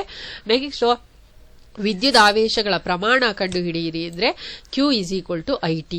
ಆ ಸೂತ್ರವನ್ನ ಹಾಕೊಂಡು ನೀವು ಮಾಡಬಹುದು. ವಿದ್ಯುದಾವೇಶ ಅಲ್ಲೇನಾದ್ರೂ ಮೇಲ್ಗಡೆ ವಿದ್ಯುದಾವೇಶದ ಸೂತ್ರ ಮರ್ತೋಗಿದ್ರೆ ಅದನ್ನು ಬರ್ಕೊಳ್ಬಹುದು ನೀವು. ಸೊ ಅದೇ ತರ ನೋಡಿ, ಇಲ್ಲಿ ಬೆಲೆಯನ್ನ ಕೊಟ್ಟಿದ್ದಾರೆ. ಏನೇನ ಬೆಲೆಯನ್ನ ಕೊಟ್ಟಿದ್ದಾರೆ ಅಂತ ಹೇಳಿದ್ರೆ ವಿಭವಾಂತರದ ಬೆಲೆಯನ್ನ ಕೊಟ್ಟಿದ್ದಾರೆ. ನೆಕ್ಸ್ಟ್ ಎಷ್ಟು ಆವೇಶ ಇದೆ ಅಂತನೂ ಕೂಡ ಕೊಟ್ಟಿದ್ದಾರೆ. 2 ಕೂಲಾಂಬ್ ಆವೇಶಗಳು ಚಲಿಸಿದಾಗ ನಡೆದ ಕೆಲಸ ಎಷ್ಟು. ಅವ್ರು ಏನ್ ಕೇಳ್ತಾ ಇದ್ದಾರೆ, ಕೆಲಸದ ದರ. ಸೊ ಕೆಲಸದ ದರವನ್ನ ನೀವು ಕಂಡುಹಿಡಿಯೋದಕ್ಕೆ ಕೆಲಸದ ದರದ ಸೂತ್ರ ಮೇಲೆ ಪ್ರಾಕ್ಟೀಸ್ ಮಾಡ್ಕೊಂಡಿದ್ದೀರಲ್ಲ ಮಕ್ಕಳೇ, ಆ ಸೂತ್ರವನ್ನ ಹಾಕೊಳ್ಳಿ. ಕೆಲಸದ ದರಕ್ಕೆ W = VQ ಅಂತ ಇಲ್ಲಿ ಹಾಕಿದ್ದಾರೆ ನೋಡಿ. ಅಲ್ಲಿ ಕೆಲಸದ ದರದ ಸೂತ್ರವನ್ನ ಮಾಡ್ಕೊಳ್ಳಿ. ಸೊ ಮಾಡಿದ ಕೆಲಸದ ದರವನ್ನ ಕೊಟ್ಟಿದ್ದಾರೆ. W = VQ ಅಂತ ಹೇಳಿ. ಇಲ್ಲಿ ಕೆಲವೊಂದು ತಪ್ಪೇನಾದ್ರೂ ಬರ್ದಿದ್ರೆ ಮಗು ಸರಿ ಮಾಡ್ಕೊಳ್ಳಿ. ಇಲ್ಲಿ ಬುಕ್ಕನ್ನ ನೋಡಿ, ಇಲ್ಲಿ ತಪ್ಪಾಗಿದೆ ಅಂತ ನಾನು ಅನ್ಕೊಳ್ತೀನಿ. ಯಾವುದು ಅಂತ ಹೇಳಿದ್ರೆ ಕೆಲಸದ ದರದ ಸೂತ್ರ ಮಾಡಿದ್ದಾರೆ. ಕೆಲಸದ ದರ VQ ಮಾಡ್ಕೊಳ್ಳಿ. W = VQ. ಸೊ ಇದೊಂದು V/Q ಮಾಡ್ಬಿಟ್ಟಿದೆ, VQ ಮಾಡ್ಕೊಳ್ಳಿ. ಸೊ ಯಾಕೆ ಅಂತಂದ್ರೆ ನೋಡಿ, ಇಲ್ಲಿ V = W/Q, W = VQ ಆಗುತ್ತೆ. ಸೊ VQ ಅಂತ ಮಾಡ್ಕೊಳ್ಳಿ. ಇದು V/Q ಅಲ್ಲ. ಸೊ ಇದನ್ನ ಮಾಡ್ಕೊಂಡು ನೀವು Q = W/V ಆ ರೀತಿಯಾಗಿ ನೀವು ಯಾವ್ದು ಕೇಳ್ತಾರೆ ಅದನ್ನ ಮಾಡ್ಕೊಳ್ಬಹುದು. ಇಂಟು ಮಾಡ್ಕೊಂಡು ಅಥವಾ ಡಿವೈಡೆಡ್ ಬೈ ಮಾಡ್ಕೊಳ್ಬಹುದು. ಸೊ ಇನ್ನು ನೆಕ್ಸ್ಟ್ ಬಂದ್ರೆ ನಿಮಗೆ ಈ ರೀತಿಯಾಗಿ ಲೆಕ್ಕಗಳನ್ನ ನಿಮಗೆ ಕೊಟ್ಟಿದ್ದಾರೆ. ನೀವು ಸುಮಾರು ಇದರಲ್ಲಿ ಒಂದು 35 ಕ್ವೆಶ್ಚನ್ಸ್ ಏನೋ ಆಗಿದೆ. ಎಲ್ಲ ಆನ್ಸರ್ಗಳನ್ನು ನೀವು ಪ್ರಾಕ್ಟೀಸ್ ಮಾಡ್ಕೊಳ್ಳಿ. ಸುಮಾರು ಒಂದು 35 ಕ್ವೆಶ್ಚನ್ ಆನ್ಸರ್ಸ್. ಅದರ ಜೊತೆಗೆ ನೀವು ಇನ್ನೇನ್ ಮಾಡಬೇಕು ಅಂತ ಹೇಳಿದ್ರೆ ಲೆಕ್ಕವನ್ನ ಅಭ್ಯಾಸ ಮಾಡಬೇಕು. ಲೆಕ್ಕವನ್ನ ಅಭ್ಯಾಸ ಮಾಡೋದಕ್ಕೆ ಫಸ್ಟ್ ಸೂತ್ರಗಳನ್ನ ಒಂದ್ ಕಡೆ ಬರ್ಕೊಂಡು ಕಲ್ತ್ಕೊಳ್ಳಿ. ಯಾಕೆಂದ್ರೆ ಸೂತ್ರ ಕಲ್ತ್ಕೊಂಡ್ರೆ ನಿಮಗೆ ಗ್ಯಾರಂಟಿ ಒಂದು ಲೆಕ್ಕ ಕೇಳ್ತಾರೆ, ಅದರಿಂದ ಮಾಡ್ಕೊಳ್ಳಿ. ಸೊ ಇಲ್ಲಿ ಲೆಕ್ಕಗಳ ಬಗ್ಗೆ ಅಷ್ಟೊಂದು ನಾನೇನು ಹೇಳೋದಕ್ಕೆ ಹೋಗೋದಿಲ್ಲ. ನೆಕ್ಸ್ಟ್ ಬಂದ್ರೆ ಇನ್ನು ಕೆಲವೊಂದು ಕ್ವೆಶ್ಚನ್ ಆನ್ಸರ್ಸ್ ಇದೆ. ಸೊ ಇನ್ನು ಕೆಲವು ಕ್ವೆಶ್ಚನ್ ಆನ್ಸರ್ಸ್ ನೋಡಿ. ಬಲ್ಬ್ ನಲ್ಲಿ ನೈಟ್ರೋಜನ್ ಮತ್ತು ಆರ್ಗನ್ ಅನ್ನೇ ತುಂಬೋದಕ್ಕೆ ಕಾರಣ ಏನು ಅಂತ ಹೇಳ್ಬಿಟ್ಟು. ಸೊ ಬೇರೆ ಇದನ್ನೇನಾದ್ರೂ ತುಂಬಿದ್ರೆ ತಂತುಗಳು ಸುಟ್ಟು ಹೋಗುವಂತಹ ಸಂಭವ ಇರುತ್ತೆ, ಮತ್ತೆ ಬಲ್ಬ್ ದೀರ್ಘಕಾಲ ಬಾಳಿಕೆ ಬರೋದಿಲ್ಲ. ಅದಕ್ಕೋಸ್ಕರ ಬಲ್ಬ್ನಲ್ಲಿ ನೈಟ್ರೋಜನ್ ಮತ್ತು ಆರ್ಗನ್ ಅನ್ನೇ ತುಂಬಿರ್ತಾರೆ. ನೆಕ್ಸ್ಟ್, ಫ್ಯೂಸ್ ತಂತಿಯನ್ನು ಸಾಧನದಲ್ಲಿ ಸರಣಿ ಕ್ರಮದಲ್ಲಿಯೇ ಯಾಕೆ ಜೋಡಿಸಿರ್ತಾರೆ ಅಂತ ಹೇಳ್ಬಿಟ್ಟು ಇದು ಒಂದು ಕ್ವೆಶನ್ ಯಾವುದೋ ಮಗು ಕೇಳಿತ್ತು ನೋಡಿ. ಇಲ್ಲಿ ಅನುಚಿತ ವಿದ್ಯುತ್ ಪ್ರವಾಹವನ್ನು ನಿಲ್ಲಿಸುತ್ತೆ ಸರಣಿ ಕ್ರಮದ ಜೋಡಣೆ ಆದ್ರೆ, ಮಂಡಲದ ಸಂಪರ್ಕವನ್ನ ಕಡಿತಗೊಳಿಸುತ್ತೆ ತಕ್ಷಣ, ಇಲ್ಲದೇ ಇದ್ರೆ ಎಲ್ಲ ಸುಟ್ಟು ಹೋಗುತ್ತೆ. ಅದಕ್ಕೋಸ್ಕರ ಇಲ್ಲಿ ಸರಣಿ ಕ್ರಮದಲ್ಲೇ ಜೋಡಿಸಿರ್ತಾರೆ. ಅನುಚಿತ ವಿದ್ಯುತ್ ಪ್ರವಾಹವನ್ನು ನಿಲ್ಲಿಸಿ ಮಂಡಲದ ಸಂಪರ್ಕವನ್ನು ಕಡಿತಗೊಳಿಸುತ್ತದೆ. ಅದಕ್ಕೋಸ್ಕರ ಫ್ಯೂಸ್ ತಂತಿಯನ್ನ ಸರಣಿ ಕ್ರಮದಲ್ಲಿನೇ ಜೋಡಿಸಿರ್ತಾರೆ. ಈ ಮಗು ಪ್ರಶ್ನೆ ಕೇಳಿತ್ತು ಯೂಟ್ಯೂಬ್ ಅಲ್ಲಿ, ಸೊ ಆ ಮಗುಗೆ ಇದು ಸಹಾಯ ಆಗುತ್ತೆ. ಅಕಸ್ಮಾತ್ ಸಮಾಂತರ ಜೋಡಣೆಯಲ್ಲಿ ಏನಾದ್ರು ಜೋಡಿಸಿದ್ರೆ ಒಂದು ಕಡೆ ಮಂಡಲ ಮುರಿದವ್ರೆ ಇನ್ನೊಂದು ಕಡೆ ವರ್ಕ್ ಆಗ್ತಾ ಇರುತ್ತಲ್ಲ, ಆ ಕಡೆಯಿಂದ ವಿದ್ಯುತ್ ಹರಿದು ಎಲ್ಲ ನಿಮಗೆ ಪ್ರಾಬ್ಲಮ್ ಆಗ್ಬಹುದು ಉಪಕರಣಕ್ಕೆ. ಅದಕ್ಕೋಸ್ಕರ ಸರಣಿ ಕ್ರಮದಲ್ಲೇ ಜೋಡಿಸಿರ್ತಾರೆ. ಅದಕ್ಕೆ ಆನ್ಸರ್ ಇಲ್ಲಿದೆ. ನೆಕ್ಸ್ಟ್, ಗೃಹ ಬಳಕೆ ವಿದ್ಯುತ್ ಮಂಡಲದಲ್ಲಿ ಸರಣಿ ಕ್ರಮದಲ್ಲಿ ಜೋಡಿಸಿದಾಗ ಆಗುವ ಅನಾನುಕೂಲ, ಇದು ತುಂಬಾ ಇಂಪಾರ್ಟೆಂಟ್. ಸರಣಿ ಕ್ರಮದಲ್ಲಿ ಏನಾದ್ರೂ ಗೃಹ ಬಳಕೆ ವಿದ್ಯುತ್ ಮಂಡಲ ಜೋಡಿಸಿದ್ರೆ ಏನ್ ಅನುಕೂಲ ಆಗುತ್ತಾ ಅನಾನುಕೂಲ ಆಗುತ್ತಾ ಅಂತ ಹೇಳ್ಬಿಟ್ಟು, ಅನಾನುಕೂಲ ಆಗುತ್ತೆ. ಸೊ ಇಲ್ಲಿ ಏನ್ ಅನಾನುಕೂಲ ಅಂತ ಕೂಡ ಬರ್ದೈತೆ, ನೀವು ನೋಡ್ಕೊಳ್ಬಹುದು. ಸೊ ನೆಕ್ಸ್ಟ್ ಬಂದ್ರೆ ನಿಮಗೆ ಇನ್ನೆಲ್ಲ ಲೆಕ್ಕಗಳೇ ಇದೆ. ಲೆಕ್ಕಗಳ ಬಗ್ಗೆ ಏನು ನಾನು ಡಿಸ್ಕಸ್ ಮಾಡಲ್ಲ. ಇದಿಷ್ಟು ಯಾವುದರ ಬಗ್ಗೆ, ಇದಿಷ್ಟು ನಿಮಗೆ ವಿದ್ಯುತ್ ಶಕ್ತಿ ಪಾಠದ ಬಗ್ಗೆ. ವಿದ್ಯುತ್ ಶಕ್ತಿ ಪಾಠವನ್ನ ಕೇಳಿ ಇದರ ಒಂದು 35 ಕ್ವೆಶನ್ಸ್ ಇದೆ. ಆ ಕ್ವೆಶನ್ಸ್ ನ ಎಲ್ಲ ಚೆನ್ನಾಗಿ ಓದ್ಕೊಂಡು ಕ್ವೆಶನ್ಸ್ ಅಲ್ಲಿ ಬರುವಂತಹ ಆ ಲೆಕ್ಕಗಳ ಸೂತ್ರಗಳಿದೆಯಲ್ಲ, ಸೂತ್ರಗಳನ್ನ ಮೊದಲು ಕಲ್ತ್ಕೊಳ್ಳಿ. ನಂತರ ನೀವು ಲೆಕ್ಕಗಳನ್ನ ಮಾಡೋದಕ್ಕೆ ಪ್ರಯತ್ನ ಪಡಿ. ಲೆಕ್ಕನೂ ಕಲ್ತ್ಕೊಂಡ್ರೆ ಗ್ಯಾರಂಟಿ ನಿಮಗೆ 6 ಮಾರ್ಕ್ಸ್ ಬರುತ್ತೆ ವಿದ್ಯುತ್ ಶಕ್ತಿ ಪಾಠದ್ದು. ಇನ್ನು ಲೋಹಗಳು ಅಲೋಹಗಳು ಹೇಗೆ ಓದಬೇಕು ಅಂತ ಮಕ್ಕಳೇ, ಲೋಹಗಳು ಅಲೋಹಗಳು ಪಾಠದಲ್ಲಿ ಮೊದಲು ಭೌತ ಗುಣಗಳನ್ನ ಕೊಟ್ಟಿದ್ದಾರೆ. ಸೊ ಭೌತ ಗುಣ ಇದು ಒಂದು 2 ಪೇಜ್ ಅಷ್ಟು 3 ಪೇಜ್ ಅಷ್ಟು ಎಕ್ಸ್ಪ್ಲನೇಷನ್ ಮಾಡಿದ್ದಾರೆ. ಅದನ್ನ 2-3 ಫಸ್ಟ್ ಒಂದು 3 ಪೇಜ್ ಅಷ್ಟೇ ಎಕ್ಸ್ಪ್ಲೈನ್ ಮಾಡಿದ್ದಾರೆ ಭೌತ ಗುಣಗಳು ಅಂತ ಹೇಳಿ. ಭೌತ ಗುಣ ಲೋಹಗಳದು. ಸೊ ಈ ರೀತಿ ಚಾರ್ಟ್ ಮಾಡಿಕೊಂಡು ನೀವು ಪ್ರಾಕ್ಟೀಸ್ ಮಾಡ್ಕೊಳ್ಬಹುದು. ಸೊ ಇಲ್ಲಿ ನೋಡಿ, ಉತ್ತಮ ಉಷ್ಣವಾಹಕ, ಉತ್ತಮ ವಿದ್ಯುತ್ ವಾಹಕ. ಫಾರ್ ಎಕ್ಸಾಂಪಲ್, ಯಾವುದೋ ಒಂದು ಲೋಹವನ್ನ ತಗೊಳ್ತಾರೆ. ಚಿನ್ನವನ್ನು ಆಭರಣದಲ್ಲಿ ಬಳಸಲು ಕಾರಣವೇನು? ಚಿನ್ನದ ಒಂದು ಭೌತ ಗುಣವನ್ನ ಆಧರಿಸಿ ಅಲ್ಲಿ ಬಳಸ್ತಾ ಇರ್ತಾರೆ. ಯಾವುದೇ ಒಂದು ವಸ್ತುವನ್ನ ಬಳಸ್ತಾ ಇದೀವಿ ಅಂದ್ರೆ ಅದಕ್ಕೆ ಕಾರಣ ಅದರಲ್ಲಿರುವಂತಹ ಗುಣ. ಅದಕ್ಕೋಸ್ಕರ ಚಿನ್ನವನ್ನು ಆಭರಣದಲ್ಲಿ ಬಳಸಲು ಯಾವ ಅದರ ಗುಣಲಕ್ಷಣ ನಮಗೆ ಉಪಯೋಗ ಆಗುತ್ತೆ ಅಂತ ಹೇಳಿದ್ರೆ, ಅದರಲ್ಲಿರುವಂತಹ ತನ್ಯತೆ ಮತ್ತು ಕುಟ್ಯತೆಯ ಗುಣ ಮತ್ತು ಅದಕ್ಕೆ ಹೊಳಪಿನ ಮೇಲ್ಮೈ ಹೊಂದಿದೆ, ಆ ಗುಣಗಳೆಲ್ಲ ಸಹಾಯ ಮಾಡುತ್ತೆ ಅಂತ ನೀವು ಬರಿಬಹುದು. ಸೊ ಒಟ್ನಲ್ಲಿ ಇಲ್ಲಿ ಭೌತ ಗುಣಗಳು, ಲೋಹಗಳು ಮತ್ತು ಅಲೋಹಗಳ ಬಗ್ಗೆ ಬರ್ದೈತೆ. ಇಲ್ಲಿ ನೀವು ಇದನ್ನ ಪ್ರಾಕ್ಟೀಸ್ ಮಾಡ್ಕೊಳ್ಬಹುದು ಮಕ್ಕಳೇ. ಸೊ ಯಾವುದು ಬೇಕಾದ್ರೂ ಇದೆಲ್ಲ ಇದ್ ಮಾಡಿ ಏನು ಎಲ್ಲ ಶಾರ್ಟ್ ಆಗಿ ಮಾಡ್ಕೊಂಡು ಕೂಡ ಬರ್ಕೊಳ್ಬಹುದು. ನೀವು ಇನ್ನೂ ಶಾರ್ಟ್ ಬೇಕಾದ್ರೆ ಮಾಡ್ತೀನಿ ಅಂದ್ರೆ ಬರ್ಕೊಳ್ಬಹುದು. ನೆಕ್ಸ್ಟ್ ಬಂದ್ರೆ ಹೊರತುಪಡಿಸಿ ಅಂತ ಹೇಳ್ದೆ ನಾನು. ಈ ಗುಣಗಳನ್ನ ಹೊರತುಪಡಿಸಿ, ಈಗ ಮೇಲ್ಗಡೆ ಹೇಳಿದ್ದಲ್ಲ, ಆ ಗುಣಗಳನ್ನ ಹೊರತುಪಡಿಸಿ ಯಾವುದೆಲ್ಲ ಇದಂತೂ ತುಂಬಾ ಇಂಪಾರ್ಟೆಂಟ್. ಇದು ಕೊಡುವ ಚಾನ್ಸಸ್ ಜಾಸ್ತಿ ಇದೆ. ಅದಕ್ಕೋಸ್ಕರ ಇದನ್ನೆಲ್ಲ ಒಂದ್ ಕಡೆ ಬರ್ಕೊಳ್ಬೇಕಾಗುತ್ತೆ. ಹೊರತುಪಡಿಸಿ ಅಂತ ನಾನು ಹೆಡ್ಡಿಂಗ್ ಹಾಕೊಂಡಿದ್ದೀನಿ ಅಷ್ಟೇ. ಅಂದರೆ ಈ ನೋಡಿ, ಈ ತರ ಗುಣಲಕ್ಷಣ ಇರವೆಲ್ಲ ಲೋಹಗಳು ಅಂತೀವಿ. ಆದ್ರೆ ಯಾವುದೋ ಒಂದನ್ನ ಹೊರತುಪಡಿಸಿ, ಫಾರ್ ಎಕ್ಸಾಂಪಲ್ ಎಲ್ಲ ಲೋಹಗಳು ಕಠಿಣವಾಗಿರುತ್ತೆ ಅಂತ ಹೇಳ್ತಾ ಇದೀವಿ. ಆದ್ರೆ ಯಾವುದೋ ಕೆಲವೊಂದನ್ನ ಹೊರತುಪಡಿಸಿ, ಯಾವುದದು ಮೃದುವಾಗಿರುವ ಲೋಹ ಯಾವುದು ಅಂತ ಹೇಳ್ತಾ ಇದ್ದಾರೆ ಇಲ್ಲಿ. ಸೊ ಲಿಥಿಯಂ, ಸೋಡಿಯಂ, ಪೊಟ್ಯಾಷಿಯಂ ಇವುಗಳನ್ನ ಕ್ಷಾರೀಯ ಲೋಹಗಳು ಅಂತಾನೂ ಕೂಡ ಹೇಳ್ತಾರೆ. ಅಥವಾ ಕ್ಷಾರ ಲೋಹಗಳಿಗೆ ಉದಾಹರಣೆ ಕೊಡಿ ಅಂದ್ರೂ ಕೂಡ ನೀವು ಇದನ್ನೇ ಹೇಳಬೇಕಾಗುತ್ತೆ. ನೆಕ್ಸ್ಟ್ ಬಂದ್ರೆ ಅತಿ ಹೆಚ್ಚು ಕುಟ್ಯತೆ ಹೊಂದಿರುವ ಲೋಹ ಯಾವುದು? ಚಿನ್ನ, ಬೆಳ್ಳಿ. ತನ್ಯತೆ ಹೊಂದಿರೋದು, ಉತ್ತಮ ಉಷ್ಣವಾಹಕ. ನೆಕ್ಸ್ಟ್ ಬಂದ್ರೆ ಇದೆಲ್ಲ ಹೊರತುಪಡಿಸಿ ಮಕ್ಕಳೇ. ಹೊರತುಪಡಿಸಿನೆಲ್ಲ ಒಂದು ಕಡೆ ಬರ್ದಿದೀವಿ ನಾವು. ಈ ರೀತಿ ಹೊರತುಪಡಿಸಿ ಎಲ್ಲ ಒಂದು ಕಡೆ ನೀವು ಬರ್ಕೊಂಡ್ರೆ ತುಂಬಾ ಯೂಸ್ ಆಗುತ್ತೆ. ನೋಡಿ, ಅಲೋಹ ಎಲ್ಲ ಯಾವ ರೂಪದಲ್ಲಿ ಸಿಗುತ್ತೆ? ಆದ್ರೆ ದ್ರವರೂಪದಲ್ಲಿ ಸಿಗುವ ಅಲೋಹ ಯಾವುದು, ದ್ರವರೂಪದಲ್ಲಿ ಸಿಗುವ ಲೋಹ ಯಾವುದು ಅಂತ ಬರ್ದಿದ್ದೀನಿ ನಾನು. ಸೊ ಅದನ್ನ ನೀವು ಇದ್ ಮಾಡ್ಕೊಳ್ಬಹುದು. ನೋಡಿ, ಪಾದರಸ ದ್ರವರೂಪದ ಲೋಹ ಯಾವುದು? ಪಾದರಸ. ಅದೇ ದ್ರವರೂಪದ ಅಲೋಹ ಯಾವುದು ಅಂದ್ರೆ ಬ್ರೋವಿನ್ ಆಗ್ಬಿಟ್ಟಿದೆ. ಬ್ರೋಮಿನ್ ಮಾಡ್ಕೊಳ್ಳಿ, ಇದು ಬ್ರೋಮಿನ್ ಅಂತ ಮಾಡ್ಕೊಳ್ಳಿ ಮಕ್ಕಳು ಇದು. ಸೊ ದ್ರವರೂಪದ ಅಲೋಹ ಬ್ರೋಮಿನ್. ನೆಕ್ಸ್ಟ್ ಕಡಿಮೆ ಕರಗುವ ಬಿಂದು ಇರುವಂತಹ ಲೋಹ ಯಾವುದು? ಎಲ್ಲ ಲೋಹಗಳು ಸಾಮಾನ್ಯವಾಗಿ ಹೆಚ್ಚಿನ ಕರಗುವ ಬಿಂದು ಇರುತ್ತೆ, ಆದ್ರೆ ಕಡಿಮೆ ಕರಗುವ ಬಿಂದು ಇದೆ ಯಾವುದು ಅಂದ್ರೆ ಗ್ಯಾಲಿಯಂ ಮತ್ತು ಸೀಶಿಯಂ. ಎರಡನೇ ಶಾ ಮಾಡ್ಕೊಳ್ಳಿ ಮಕ್ಕಳೇ, ಇದು ಗ್ಯಾಲಿಯಂ ಮತ್ತು ಸೀಶಿಯಂ. ಮೊದಲೇ ಹೇಳ್ದೆ ನಾನು ಇದನ್ನ ಡಿಕ್ಟೇಟ್ ಮಾಡಿ ಮಗು ಬರ್ದಿರೋವಂಥದ್ದು ಅಂತ. ಸೊ ಅದನ್ನ ನಾನು ಹಾಕ್ತಾ ಇದ್ದೀನಿ ಬರೆಯೋದಕ್ಕೆ ಅಥವಾ ಟೈಪ್ ಮಾಡೋದಕ್ಕೆ ನನಗೆ ಟೈಮ್ ಇಲ್ಲ ಅಂತ ಹೇಳಿ. ನಿಮಗೆ ನೋಟ್ಸ್ ಸಿಕ್ಕಿದ್ರೆ ಸಾಕು, ಕರೆಕ್ಷನ್ಸ್ ಎಲ್ಲ ನೀವು ಇದನ್ನ ಮಾಡ್ಕೊಳ್ಬಹುದು ಅಂತ ನಾನಾದ್ರೂ ಅನ್ಕೊಂಡಿದ್ದೀನಿ. ಸೊ ಇಲ್ಲಿ ಶಾ ಮಾಡ್ಕೊಳ್ಳಿ ಬೇಕು ಅಂತ ಹೇಳಿದ್ರೆ ಸೀಶಿಯಂ ಎರಡನೇ ಶಾ ಮಾಡ್ಕೊಳ್ಳಿ. ಸೊ ಕಡಿಮೆ ಕರಗುವ ಬಿಂದು ಹೊಂದಿರುವ ಲೋಹ ಸೀಶಿಯಂ. ಹೊಳೆಯುವ ಅಲೋಹ ಯಾವುದು ಅಂತ. ಅಲೋಹಗಳೆಲ್ಲ ಹೊಳೆಯೋದಿಲ್ಲ ಗೊತ್ತಿದೆ, ಅದರಲ್ಲಿ ಯಾವುದೋ ಒಂದು ಹೊರತುಪಡಿಸಿ ಹೊಳಿತಾ ಇದೆ. ಹೊಳೆಯುವ ಅಲೋಹ ಯಾವುದು ಅಂತ ಅಥವಾ ಮಲ್ಟಿಪಲ್ ಚಾಯ್ಸ್ ಅಲ್ಲಿ ಕೇಳ್ಬೋದು, ಒಂದೊಂದು ಮಾರ್ಕ್ಗೆ ಕೇಳ್ಬೋದು. ಇದು ಒಟ್ಟು ಎಷ್ಟಿದೆ? 12 ಇದೆ ಮಕ್ಕಳೇ. ಈ ಇಡೀ ಪಾಠದಲ್ಲಿ ಒಟ್ಟು ಹೊರತುಪಡಿಸಿ ಇವು ಎಷ್ಟಿದೆ? ಒಂದು 12 ಇದೆ. ಎಲ್ಲಾದ್ರೂ ಬಿಟ್ಟೋಗಿದ್ರೆ ನೋಡ್ಕೊಳ್ಬಹುದು ನೀವು. ಆಲ್ಮೋಸ್ಟ್ ಎಲ್ಲ ಕವರ್ ಮಾಡಿದೀನಿ ಅಂತ ನಾನು ಅನ್ಕೊಂಡಿದ್ದೀನಿ. ಸೊ ಇದಿಷ್ಟು ಹೊರತುಪಡಿಸಿ ಇದರಲ್ಲಿ ಇದನ್ನ ಒಂದು ಶೀಟ್ ಅಲ್ಲಿ ನೀವು ಬರ್ಕೊಂಡು ಪ್ರಾಕ್ಟೀಸ್ ಮಾಡಬೇಕಾಗುತ್ತೆ. ನೋಡಿ ಇಲ್ಲಿ ಭೌತ ಗುಣಗಳನ್ನ ಒಂದು ಶೀಟ್ ಅಲ್ಲಿ ಪ್ರಾಕ್ಟೀಸ್ ಮಾಡ್ಕೊಳ್ಳಿ. ಹೊರತುಪಡಿಸಿನೆಲ್ಲ ಒಂದು ಶೀಟ್ ಅಲ್ಲಿ ಬರ್ಕೊಂಡು, ಅಂದ್ರೆ ಒಂದು ನೋಟ್ಸ್ ಅಲ್ಲಿದೆ, ನೆಕ್ಸ್ಟ್ ಶೀಟ್ ಅಲ್ಲಿ ಬರ್ಕೊಂಡು ಪ್ರಾಕ್ಟೀಸ್ ಮಾಡ್ಕೊಳ್ಳಿ. ನೆಕ್ಸ್ಟ್ ಬಂದ್ರೆ ನಿಮಗೆ ಪ್ರಶ್ನೋತ್ತರಗಳು, ಯಾವ್ದು ಪ್ರಶ್ನೋತ್ತರಗಳಿದೆ ಅಂತ. ಸೊ ಆಲ್ಮೋಸ್ಟ್ ಎಲ್ಲಾ ಪಾಠ ಇದನ್ನ ಕವರ್ ಮಾಡೈತೆ ಇಲ್ಲೂ ಕೂಡ. ಲೋಹೀಯ ಕಾಂತಿ ಎಂದರೇನು ಅಂತ ಹೇಳಿ, ಕುಟ್ಯತೆ ಎಂದರೇನು, ತನ್ಯತೆ ಎಂದರೇನು ಅಂತ. ನಾನೇನಿಲ್ಲಿ ಅಪ್ಲಿಕೇಶನ್ಸ್ ಕ್ವಶನ್ಸ್ ಏನು ಮಾಡಕ್ ಹೋಗಿಲ್ಲ ನಾನು. ಸೊ ಇದನ್ನ ನೀವು ಓದ್ಕೊಂಡಿದ್ರೆ ಅಪ್ಲಿಕೇಶನ್ ಕ್ವಶನ್ ಕೇಳಿದ್ರೆ ನೀವು ಅರ್ಥ ಮಾಡ್ಕೊಂಡು ನೀವು ಬರಿಬೇಕಾಗುತ್ತೆ. ನೆಕ್ಸ್ಟ್ ಬಂದ್ರೆ ಉಷ್ಣದ ದುರ್ಬಲ ವಾಹಕಗಳು ಯಾವುವು, ಶಾಬ್ದನ ಎಂದರೇನು, ಕಾರ್ಬನ್ ಬಹುರೂಪಗಳು ಯಾವುದು, ಕ್ಷಾರೀಯ ಲೋಹಗಳಿಗೆ. ಇದೆಲ್ಲ ತುಂಬಾ ಕನ್ಫ್ಯೂಷನ್ ಆಗುತ್ತೆ. ಒಂದ್ ಕಡೆ ಒಂದು ರೀತಿಯಲ್ಲಿ ಬರೆದಿಟ್ಕೊಂಡ್ಬಿಟ್ರೆ ಈ ರೀತಿ ಕನ್ಫ್ಯೂಷನ್ ಆಗೋದಿಲ್ಲ. ಅದಕ್ಕೆ ನಾನು ಒಂದ್ ಕಡೆ ಎಲ್ಲ ಬರ್ಸಿದೀನಿ. ಆಲ್ಮೋಸ್ಟ್ 90% ಕ್ವೆಶನ್ ಆನ್ಸರ್ಸ್ ಎಲ್ಲ ಕವರ್ ಆಗಿದೆ, ನೀವು ನೋಡ್ಕೊಳ್ಬಹುದು.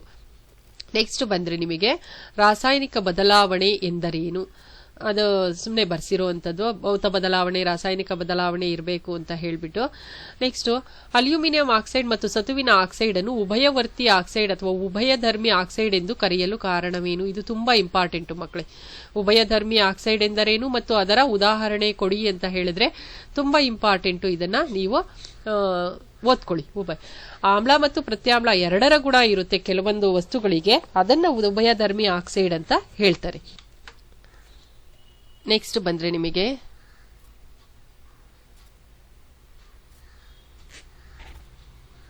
ಸೊ ಅಲ್ಯೂಮಿನಿಯಂ ಆಕ್ಸೈಡ್, ಸತುವಿನ ಆಕ್ಸೈಡ್, ಉಭಯಧರ್ಮಿ ಆಕ್ಸೈಡ್ ಅಥವಾ ಉಭಯವರ್ತಿ ಆಕ್ಸೈಡ್. ನೆಕ್ಸ್ಟ್ ನೀರಿನಲ್ಲಿ ಕರಗುವ ಲೋಹಗಳಿಗೆ, ಲೋಹೀಯ ಆಕ್ಸೈಡ್ಗೆ ಉದಾಹರಣೆ ಕೊಡಿ ಅಂತ ಅಂದ್ಬಿಟ್ಟು.